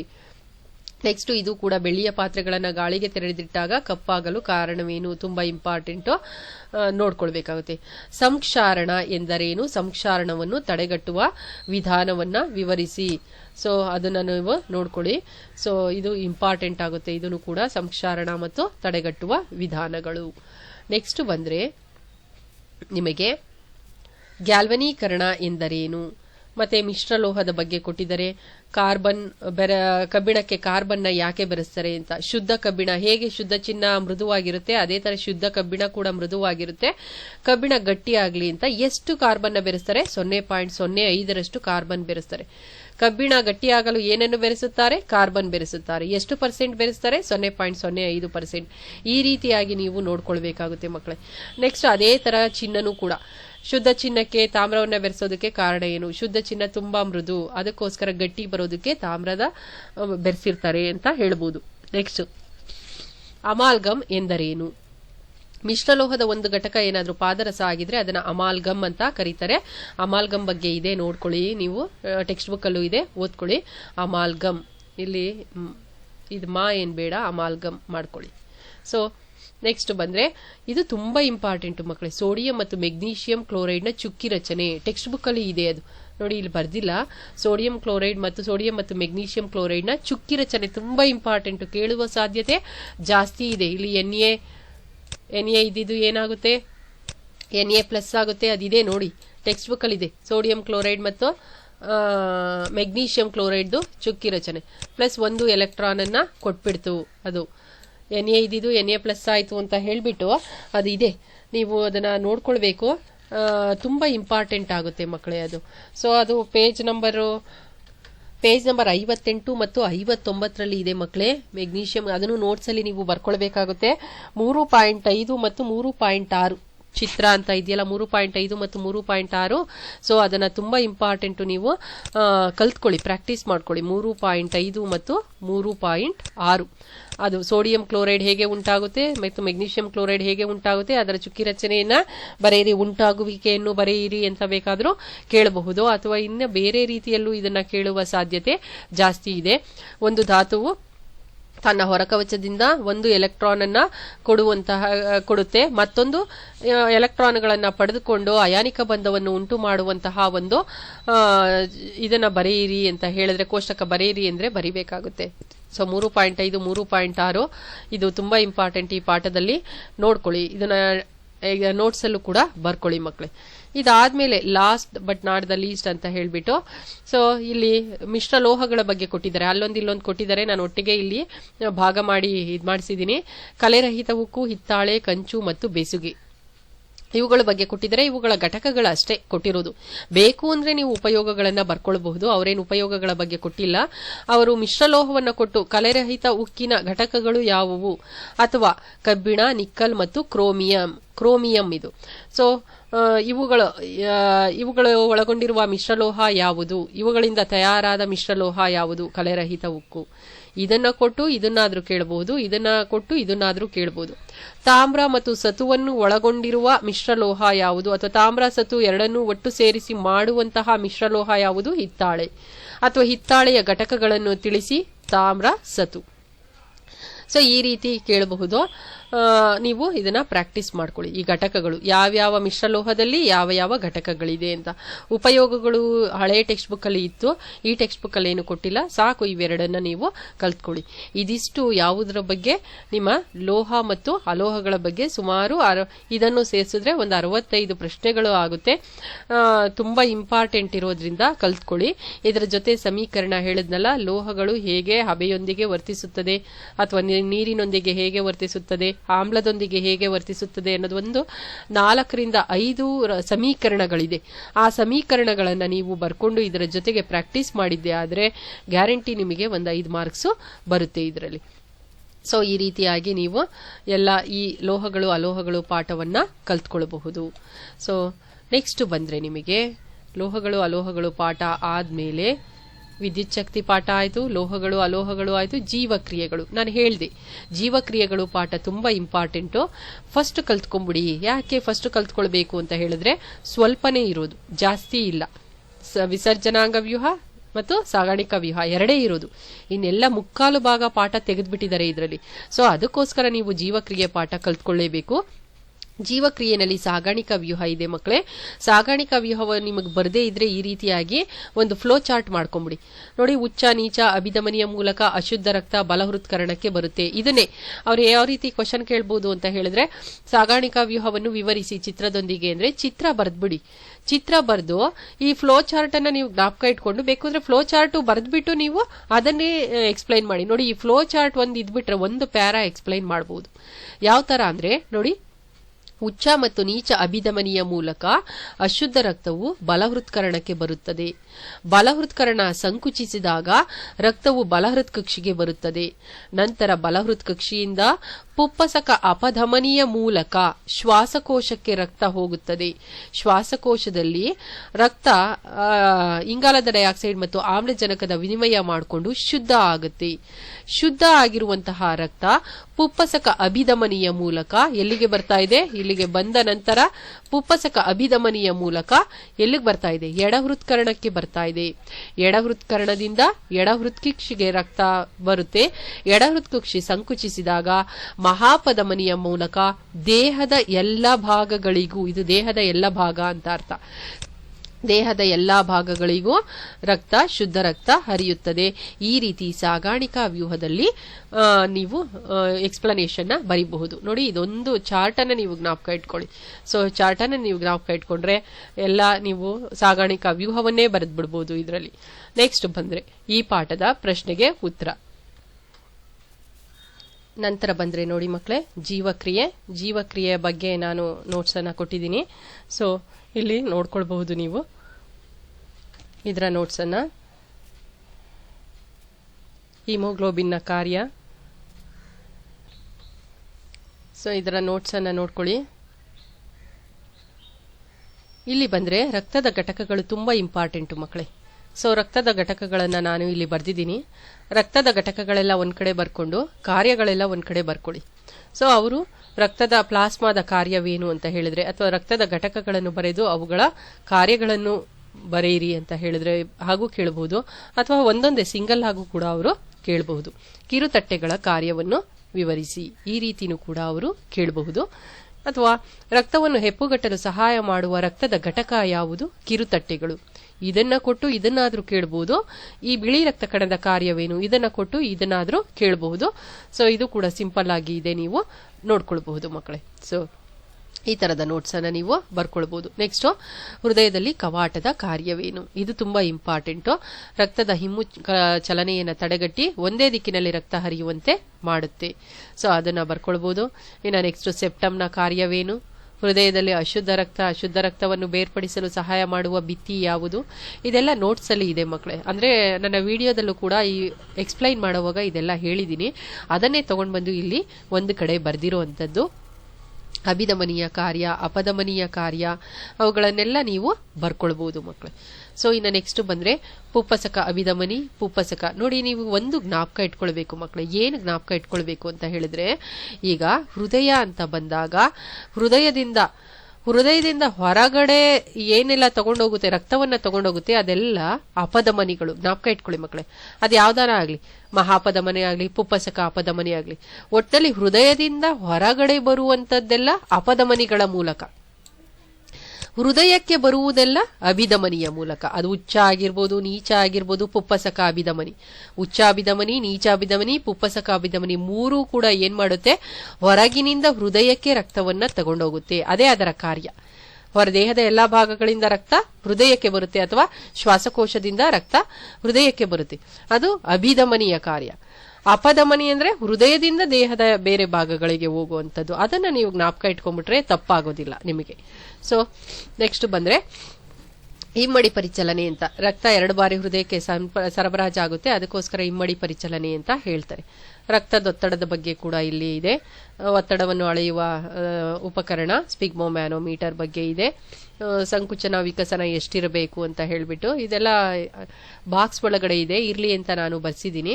ಸೊ ಅದನ್ನ ನೀವು ನೋಡ್ಕೊಳ್ಬಹುದು. ನೆಕ್ಸ್ಟ್ ಬಂದ್ರೆ ರಕ್ತನಾಳಗಳಲ್ಲಿ ಎಷ್ಟು ವಿಧ ಇದೆ ಅಂತ. ಅಪಧಮನಿ, ಅಭಿಧಮನಿ ಮತ್ತು ಕವಾಟಗಳಿದೆ. ದುಗ್ಧರಸದ ಬಗ್ಗೆ ಇದೆ, ತುಂಬಾ ಇಂಪಾರ್ಟೆಂಟ್. ದುಗ್ಧರಸ ಎಂದರೇನು, ಅದರ ಕಾರ್ಯವನ್ನು ಬರೆಯಿರಿ. ಸೊ ಅದನ್ನ ತುಂಬಾ ಇಂಪಾರ್ಟೆಂಟು, ಬರ್ಕೊಳ್ಳಿ. ದುಗ್ಧರಸದ ಕಾರ್ಯವನ್ನ ಬರ್ಕೊಳ್ಳಿ. ಸೊ ಇಲ್ಲಿ ದುಗ್ಧರಸದ ಕಾರ್ಯವನ್ನು, ಇದು ಕಾರ್ಯ ಅಂತ ಮಾಡ್ಕೊಳ್ಳಿ ಮಕ್ಕಳು, ಎಂದರೇನು ಅಲ್ಲ, ಇದು ಕಾರ್ಯ. ದುಗ್ಧರಸದ ಕಾರ್ಯವನ್ನು ಬರೆಯಿರಿ, ಕಾರ್ಯ ಅಂತ ಬರ್ಕೊಳ್ಳಿ. ಸೊ ಕಾರ್ಯ ಅಂತ ಬರ್ಸಿದ್ದೀನಿ, ಈ ಮಗು ಈ ರೀತಿ ಬರ್ದಿದೆ, ದುಗ್ಧರಸದ ಕಾರ್ಯವನ್ನು ಬರೆಯಿರಿ ಅಂತ ಹೇಳ್ಬಿಟ್ಟು ಕಾರ್ಯವನ್ನ ಬರ್ಕೊಳ್ಳಿ. ಇದು ಕಾರ್ಯ ನಾನು ಬರ್ದಿರುವಂಥದ್ದು. ನೆಕ್ಸ್ಟ್ ಬಂದ್ರೆ ನಿಮಗೆ ಸಸ್ಯಗಳಲ್ಲಿ ಸಾಗಾಣಿಕಾ ವ್ಯೂಹದಲ್ಲಿ ತೊಡಗಿಕೊಂಡಿರುವ ವಾಹಕ ನಾಳಗಳು ಯಾವುದು. ಇಲ್ಲಿನವರೆಗೂ ನಿಮಗೆ ಮನುಷ್ಯನಲ್ಲಿ ಸಾಗಾಣಿಕಾ ವ್ಯೂಹ ಆಯಿತು. ಇದು ಸಸ್ಯಗಳಲ್ಲಿ ಸಾಗಾಣಿಕಾ ವ್ಯೂಹದ ಬಗ್ಗೆ ಬರ್ದಿದ್ದೀನಿ. ಸೊ ಅದನ್ನು ನೀವು ಬರ್ಕೊಳ್ಬಹುದು. ಝೈಲಂ ಬಗ್ಗೆನೂ ಕೂಡ ಬರ್ದಿದ್ದೀನಿ, ಫ್ಲೋಯಂ ಬಗ್ಗೆ, ಝೈಲಂ ಬಗ್ಗೆ. ಸೊ ಫ್ಲೋಯಂನ ಕಾರ್ಯ, ಫ್ಲೋಯಂನ ಘಟಕಗಳ ಬಗ್ಗೆ ಇದೆ ಇಲ್ಲಿ. ನೆಕ್ಸ್ಟ್ ಝೈಲಂ ಮೂಲಕ ಸಸ್ಯದ ಎತ್ತರ ಭಾಗಗಳಿಗೆ ನೀರು ಹೇಗೆ ಸಾಗಿಸಲ್ಪಡುತ್ತದೆ. ಸ್ವಲ್ಪ ರೆಡ್ಯೂಸ್ ಮಾಡಿ ಬರ್ದಿದ್ದೀನಿ. ತುಂಬಾ ಏನು ಓದದೇ ಇರೋ ಮಕ್ಕಳನ್ನು ಕೂಡ ಬೈಹರ್ಟ್ ಮಾಡ್ಕೊಳ್ಬೇಕು ಅಂತ ರೆಡ್ಯೂಸ್ ಮಾಡಿ ಬರ್ದಿದ್ದೀನಿ. ನೀವು ಬೇಕಾದ್ರೆ ಇನ್ ಡೀಟೇಲ್ ಬರ್ಕೊಳ್ಬಹುದು ಮಕ್ಕಳೇ. ನಾನು ತುಂಬಾ ರೆಡ್ಯೂಸ್ ಮಾಡಿ 5 ಲೈನಲ್ಲಿ ಬರ್ದಿದ್ದೀನಿ ನಾನು. ಝೈಲಂ ಹೇಗೆ ಎಲ್ಲ ಭಾಗಗಳಿಗೆ ನೀರನ್ನು ಸಾಗಿಸಲ್ಪಡುತ್ತೆ ಅಂತ. ಇನ್ನ ಶೋಷಣ ಎಂದರೇನು ಅಂತ ಹೇಳ್ಬಿಟ್ಟು ತುಂಬಾ ಇಂಪಾರ್ಟೆಂಟು. ಶೋಷಣ ಮತ್ತು ವಸ್ತು ಸ್ಥಾನಾಂತರಣ ತುಂಬಾ ಇಂಪಾರ್ಟೆಂಟ್ ಆಗುತ್ತೆ. ಅದಕ್ಕೋಸ್ಕರ ಶೋಷಣ ಮತ್ತು ವಸ್ತು ಸ್ಥಾನಾಂತರಣದ ಬಗ್ಗೆ ಗಮನ ಇಟ್ಕೊಂಡು ಚೆನ್ನಾಗಿ ಓದ್ಕೊಳ್ಳಿ ಅದನ್ನ. ನೆಕ್ಸ್ಟ್ ಬಂದ್ರೆ ಫ್ಲೋಯಂ ಹೇಗೆ ಆಹಾರವನ್ನು ಸರಬರಾಜು ಮಾಡುತ್ತೆ ಅಂತ ಹೇಳ್ಬಿಟ್ಟು. ಹೇಗೆ ಝೈಲಂ ಆಹಾರವನ್ನು ಸರಬರಾಜು ಮಾಡುತ್ತೆ, ಅದೇ ತರ ಫ್ಲೋಯಂ ಕೂಡ ಆಹಾರವನ್ನ ದೇಹದ ಎಲ್ಲಾ ಭಾಗಗಳಿಗೆ ಹೇಗೆ ಸರಬರಾಜು ಮಾಡುತ್ತೆ ಅನ್ನುವಂಥದ್ದನ್ನ, ಸಾರಿ ಇಲ್ಲಿ ಬೇರೆ ಪೇಜ್ ಬಂದ್ಬಿಟ್ಟಿದೆ ಅಂತ ಅನ್ಕೊಳ್ತೀನಿ ನಾನು. ಮನುಷ್ಯನ, ಸಾರಿ ಇದು ನೋಡಿ, ಇಲ್ಲೊಂದು ಪೇಜ್ ಮಿಸ್ ಆಗಿದೆ ಅಂತ ಅನ್ಕೊಳ್ತೀನಿ. ಫ್ಲೋಯಂ ಆಹಾರವನ್ನು ಹೇಗೆ ಸರಬರಾಜು ಮಾಡುತ್ತದೆ, ಇಲ್ಲಿ ಆನ್ಸರ್ ಬೇರೆ ಪೇಜ್ ಅಲ್ಲಿ ಇರಬೇಕು. ನೋಡೋಣ ಮುಂದೆ ಇದೆಯಾ ಅಂತ ಹೇಳ್ಬಿಟ್ಟು. ಇದು ಏನು ಅಂತ ಹೇಳಿದ್ರೆ ಸಾಗಾಣಿಕಾ ವ್ಯೂಹ. ಇದು ಆನ್ಸರ್ ಇಲ್ಲಿ ಬಂದಿದೆಯಲ್ಲ, ಇದು ಸಾಗಾಣಿಕಾ ವ್ಯೂಹ ಮಕ್ಕಳೇ. ಸೊ ಇಲ್ಲಿ ಸಾಗಾಣಿಕಾ ವ್ಯೂಹವನ್ನು ವಿವರಿಸಿ, ಮನುಷ್ಯನ ಸಾಗಾಣಿಕಾ ವ್ಯೂಹವನ್ನು ವಿವರಿಸಿ. ಮನುಷ್ಯನಲ್ಲಿ ಅಂದ್ರೆ ಚಿತ್ರ ಬರೆದು ಇದನ್ನ ಬರಿಬೇಕಾಗುತ್ತೆ. ಇದು ಮನುಷ್ಯನ ಸಾಗಾಣಿಕಾ ವ್ಯೂಹ, ನೋಡ್ಕೊಳ್ಳಿ. ನೆಕ್ಸ್ಟ್ ಬಂದ್ರೆ ಮನುಷ್ಯನಲ್ಲಿ ವಿಸರ್ಜನಾಂಗ ವ್ಯೂಹ, ಚಿತ್ರ ಬರೆದು ನೀವು ಬರಿಬೇಕಾಗುತ್ತೆ. ಚಿತ್ರ ಉತ್ತರವನ್ನ ಬರಿಬೇಕು. ಮನುಷ್ಯನಲ್ಲಿ ವಿಸರ್ಜನಾಂಗ ವ್ಯೂಹ ತುಂಬಾ ಇನ್ ಡೀಟೇಲ್ ಬರ್ದಿಲ್ಲ ನಾನು, ತುಂಬಾ ಕಡಿಮೆ ಮಾಡಿ ರೆಡ್ಯೂಸ್ ಮಾಡಿ ಬರ್ಸಿದ್ದೀನಿ. ನೀವು ಬೇಕು ಅಂತ ಹೇಳಿದ್ರೆ ಬರಿಬಹುದು, ಫುಲ್ಲು ಬರಿಬಹುದು. ನೀವು ಸ್ವಲ್ಪ ಇಲ್ಲಿ ರೆಡ್ಯೂಸ್ ಮಾಡಿದೆ. ಇದು ಮನುಷ್ಯನ ವಿಸರ್ಜನಾಂಗ ವ್ಯೂಹದ ಚಿತ್ರವನ್ನು ಬರೆದು ಭಾಗಗಳನ್ನು ಗುರುತಿಸಿ ಅವುಗಳ ಕಾರ್ಯವನ್ನು ಬರೆಯಿರಿ ಅಂತ ಹೇಳಿದ್ರೆ ನೀವು ಇದನ್ನ ಬರಿಬೇಕಾಗುತ್ತೆ. ಸೊ ನೆಕ್ಸ್ಟ್ ಬಂದ್ರೆ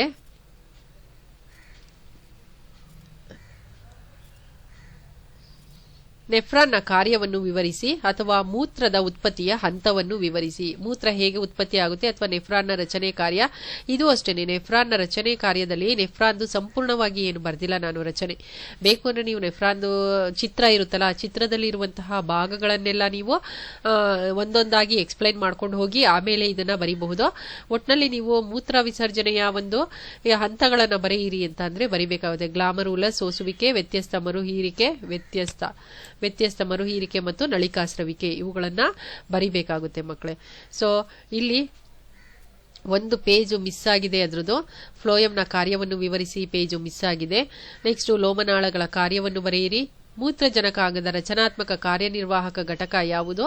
ಮನುಷ್ಯರಲ್ಲಿ ಮೂತ್ರ ಉತ್ಪತ್ತಿಯಾಗುವ ವಿವಿಧ ಹಂತಗಳು. ಇದು ತುಂಬಾ ಇಂಪಾರ್ಟೆಂಟು, ಇದನ್ನ ಬರ್ಕೊಳ್ಳಿ ಮಕ್ಕಳೇ. ಮನುಷ್ಯನಲ್ಲಿ ಮೂತ್ರ ಉತ್ಪತ್ತಿಯಾಗುವ ವಿವಿಧ ಹಂತಗಳು ಯಾವುವು ಅಂತ. ಸೊ ಇದಿಷ್ಟು ನಿಮಗೆ. ಇಲ್ಲಿ ಏನಾದರೂ ಸ್ಪೆಲ್ಲಿಂಗ್ ಮಿಸ್ಟೇಕ್ ಆಗಿದ್ರೆ ಮಕ್ಕಳೇ ಮಾಡ್ಕೊಳ್ಳಿ, ಸ್ಪೆಲ್ಲಿಂಗ್ನ ನೀವು ಕರೆಕ್ಟ್ ಮಾಡ್ಕೊಳ್ಳಿ. ಯಾಕೆ ಅಂತ ಹೇಳಿದ್ರೆ ಡಿಕ್ಟೇಟ್ ಮಾಡಿದಾಗ ಬರ್ತಿರೋದು ಅಂತ ನಾನು ಆಗ್ಲಿಂದ ಹೇಳಿದ್ದೀನಿ. ನೀವು ನೋಡಿಕೊಂಡು ಯಾವ ರೀತಿಯ ಪ್ರಶ್ನೆ ಬರುತ್ತೆ ಅನ್ನೋದು ನಾನು ಹೇಳಿದ್ದೀನಿ, ಆದರೆ ಇದೇ ಬರುತ್ತೆ ಅಂತ ನಾನು ಹೇಳ್ತಾ ಇಲ್ಲ. ನೀವು ಏನು ಮಾಡಬೇಕಂದ್ರೆ ಟೆಕ್ಸ್ಟ್ ಬುಕ್ ಓದಬೇಕು, ವಿಡಿಯೋಗಳನ್ನು ಬೇಕು ಅಂದರೆ ಮತ್ತೊಂದ್ಸಲ ನೋಡಿ ಟೆಕ್ಸ್ಟ್ ಬುಕ್ನ ಓದಿ ಪಾಠ ಅರ್ಥ ಮಾಡ್ಕೊಳ್ಳಿ. ಈ ಟೈಪ್ ಆಫ್ ಕ್ವಶನ್ಸ್ ಬರ್ಬೋದು ಅಂತ ಅಷ್ಟೇ. ನೀವು ಜಾಸ್ತಿ ಮಾರ್ಕ್ಸ್ ತೆಗಿಬೇಕು ಅಂದರೆ ಟೆಕ್ಸ್ಟ್ ಬುಕ್ನೇ ಓದಬೇಕು ಮಕ್ಕಳೇ.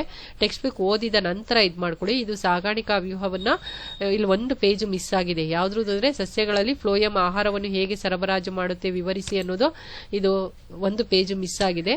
ಸೊ ಸೇಮ್ ಆಲ್ಮೋಸ್ಟ್ ಇಲ್ಲಿ ಇದ್ರದ್ದು ಝೈಲಮ್ ಮೂಲಕ ನೀರು ಹೇಗೆ ಆಲ್ಮೋಸ್ಟ್ ಹೀಗೆ ಬರುತ್ತೆ, ಆದರೆ ಈ ಥರ ಅಲ್ಲ. ಸೊ ಒಂದು 4-5 ಲೈನ್ಗಳಿದೆ, ಅದು ಮಿಸ್ ಆಗಿದೆ, ಅದೊಂದು ಇದು ಮಾಡ್ಕೊಳ್ಳಿ. ನೆಕ್ಸ್ಟ್, ಸೊ ಇದು ಮಾತ್ರ ಕ್ವಶನ್ನು, ಇದಕ್ಕಲ್ಲ ಇದು ಕ್ವಶನ್ನು. ಆಮೇಲೆ ಕನ್ಫ್ಯೂಷನ್ ಮಾಡಿಕೊಂಡು ಬರಿಬೇಡಿ ಇದನ್ನ ಅಷ್ಟೇನೆ. ಸೊ ಸಾಗಾಣಿಕಾ ವ್ಯೂಹವನ್ನು ವಿವರಿಸಿ ಅಂತ ಹೇಳಿದ್ರೆ ಇದನ್ನ ಬರೀರಿ. ಸಾಗಾಣಿಕಾ ವ್ಯೂಹವನ್ನು ವಿವರಿಸಿ ಅಂತ ಹೇಳಿದ್ರೆ ಮಾತ್ರ ಇದನ್ನ ಬರೀರಿ, ಇದ್ರದ್ದಲ್ಲ ಅದು. ಸೊ ಇದಿಷ್ಟು ಯಾವುದರ ಬಗ್ಗೆ? ಇದಿಷ್ಟು ನಿಮಗೆ ಜೀರ್ಣಕ್ರಿಯೆಯ ಬಗ್ಗೆ. ಆ ಪಾಠದಲ್ಲಿ ಇಷ್ಟು ಜೀವಕ್ರಿಯೆಯ ಬಗ್ಗೆ. ಆ ಪಾಠದಲ್ಲಿ ಇಷ್ಟನ್ನು ನೀವು ಓದ್ಕೊಳ್ಬೇಕಾಗುತ್ತೆ. ತುಂಬ ಈಸಿ ಇದೆ ಮಕ್ಕಳೇ, ಇದು ಓದ್ಕೊಳ್ಬಹುದು ನೀವು. ಸೊ ತುಂಬ ಈಸಿ ಇದೆ, ಆರಾಮಾಗಿ ನೀವು ಓದ್ಕೊಳ್ಬಹುದು. ನೋಡಿ 25ನೇ ಪೇಜಿಂದ ಇದು. ಎಷ್ಟು ಪೇಜು ಒಟ್ಟು ಟೋಟಲ್ಲು? ನೋಡಿ ಒಂದು 32, 25 ಅಂದರೆ ಒಂದು 7 ಪೇಜಸ್ ಅಷ್ಟೇ ಕ್ವಶನ್ ಆನ್ಸರ್ಸ್ ಇದೆ. ಆರಾಮಾಗಿ ಓದ್ಕೊಂಡು ನೀವು ಇದು ಮಾಡ್ಬೋದು. ಜೀವಕ್ರಿಯೆಗಳು ಮೊದಲು ಓದ್ಕೊಳ್ಳಿ ಮಕ್ಕಳೇ. ಸೊ ನಿಮಗೇನಾದರೂ ಇದೆಲ್ಲ ಇಷ್ಟ ಆಗಿದ್ರೆ ನಿಮ್ಮ ಫ್ರೆಂಡ್ಸ್ಗಳಿಗೂ ಹೇಳಿ, ಅವ್ರಿಗೂ ಪಾಪ ಸಹಾಯ ಮಾಡಿ. ವಿಡಿಯೋನಾದರೂ ನೋಡಲಿ ಅಥವಾ ಈ ಥರದ ಕ್ವಶನ್ ಆನ್ಸರ್ಸ್ ಆದರೂ ನೋಡಲಿ. ನಾನು ನೆಕ್ಸ್ಟು ನನ್ನ ವಿಡಿಯೋಗಳನ್ನು ಮಾಡಿದಾಗ ಅಪ್ಲೋಡ್ ಮಾಡ್ತೀನಿ. ಅಂದರೆ ನಾನು ಮಕ್ಕಳಿಗೆ ಯಾವಾಗ ಬರೆಸ್ತೀನಿ ರೆಡ್ಯೂಸ್ಡ್ ಸಿಲೆಬಸ್ ಎಲ್ಲ ನೋಡಿ ಪಾಠ ಮಾಡಿ, ಆಗ ನಿಮಗೆ ಆನ್ಸರ್ಗಳನ್ನು ಹಾಕ್ತೀನಿ. ವಂದನೆಗಳು ಮಕ್ಕಳೇ.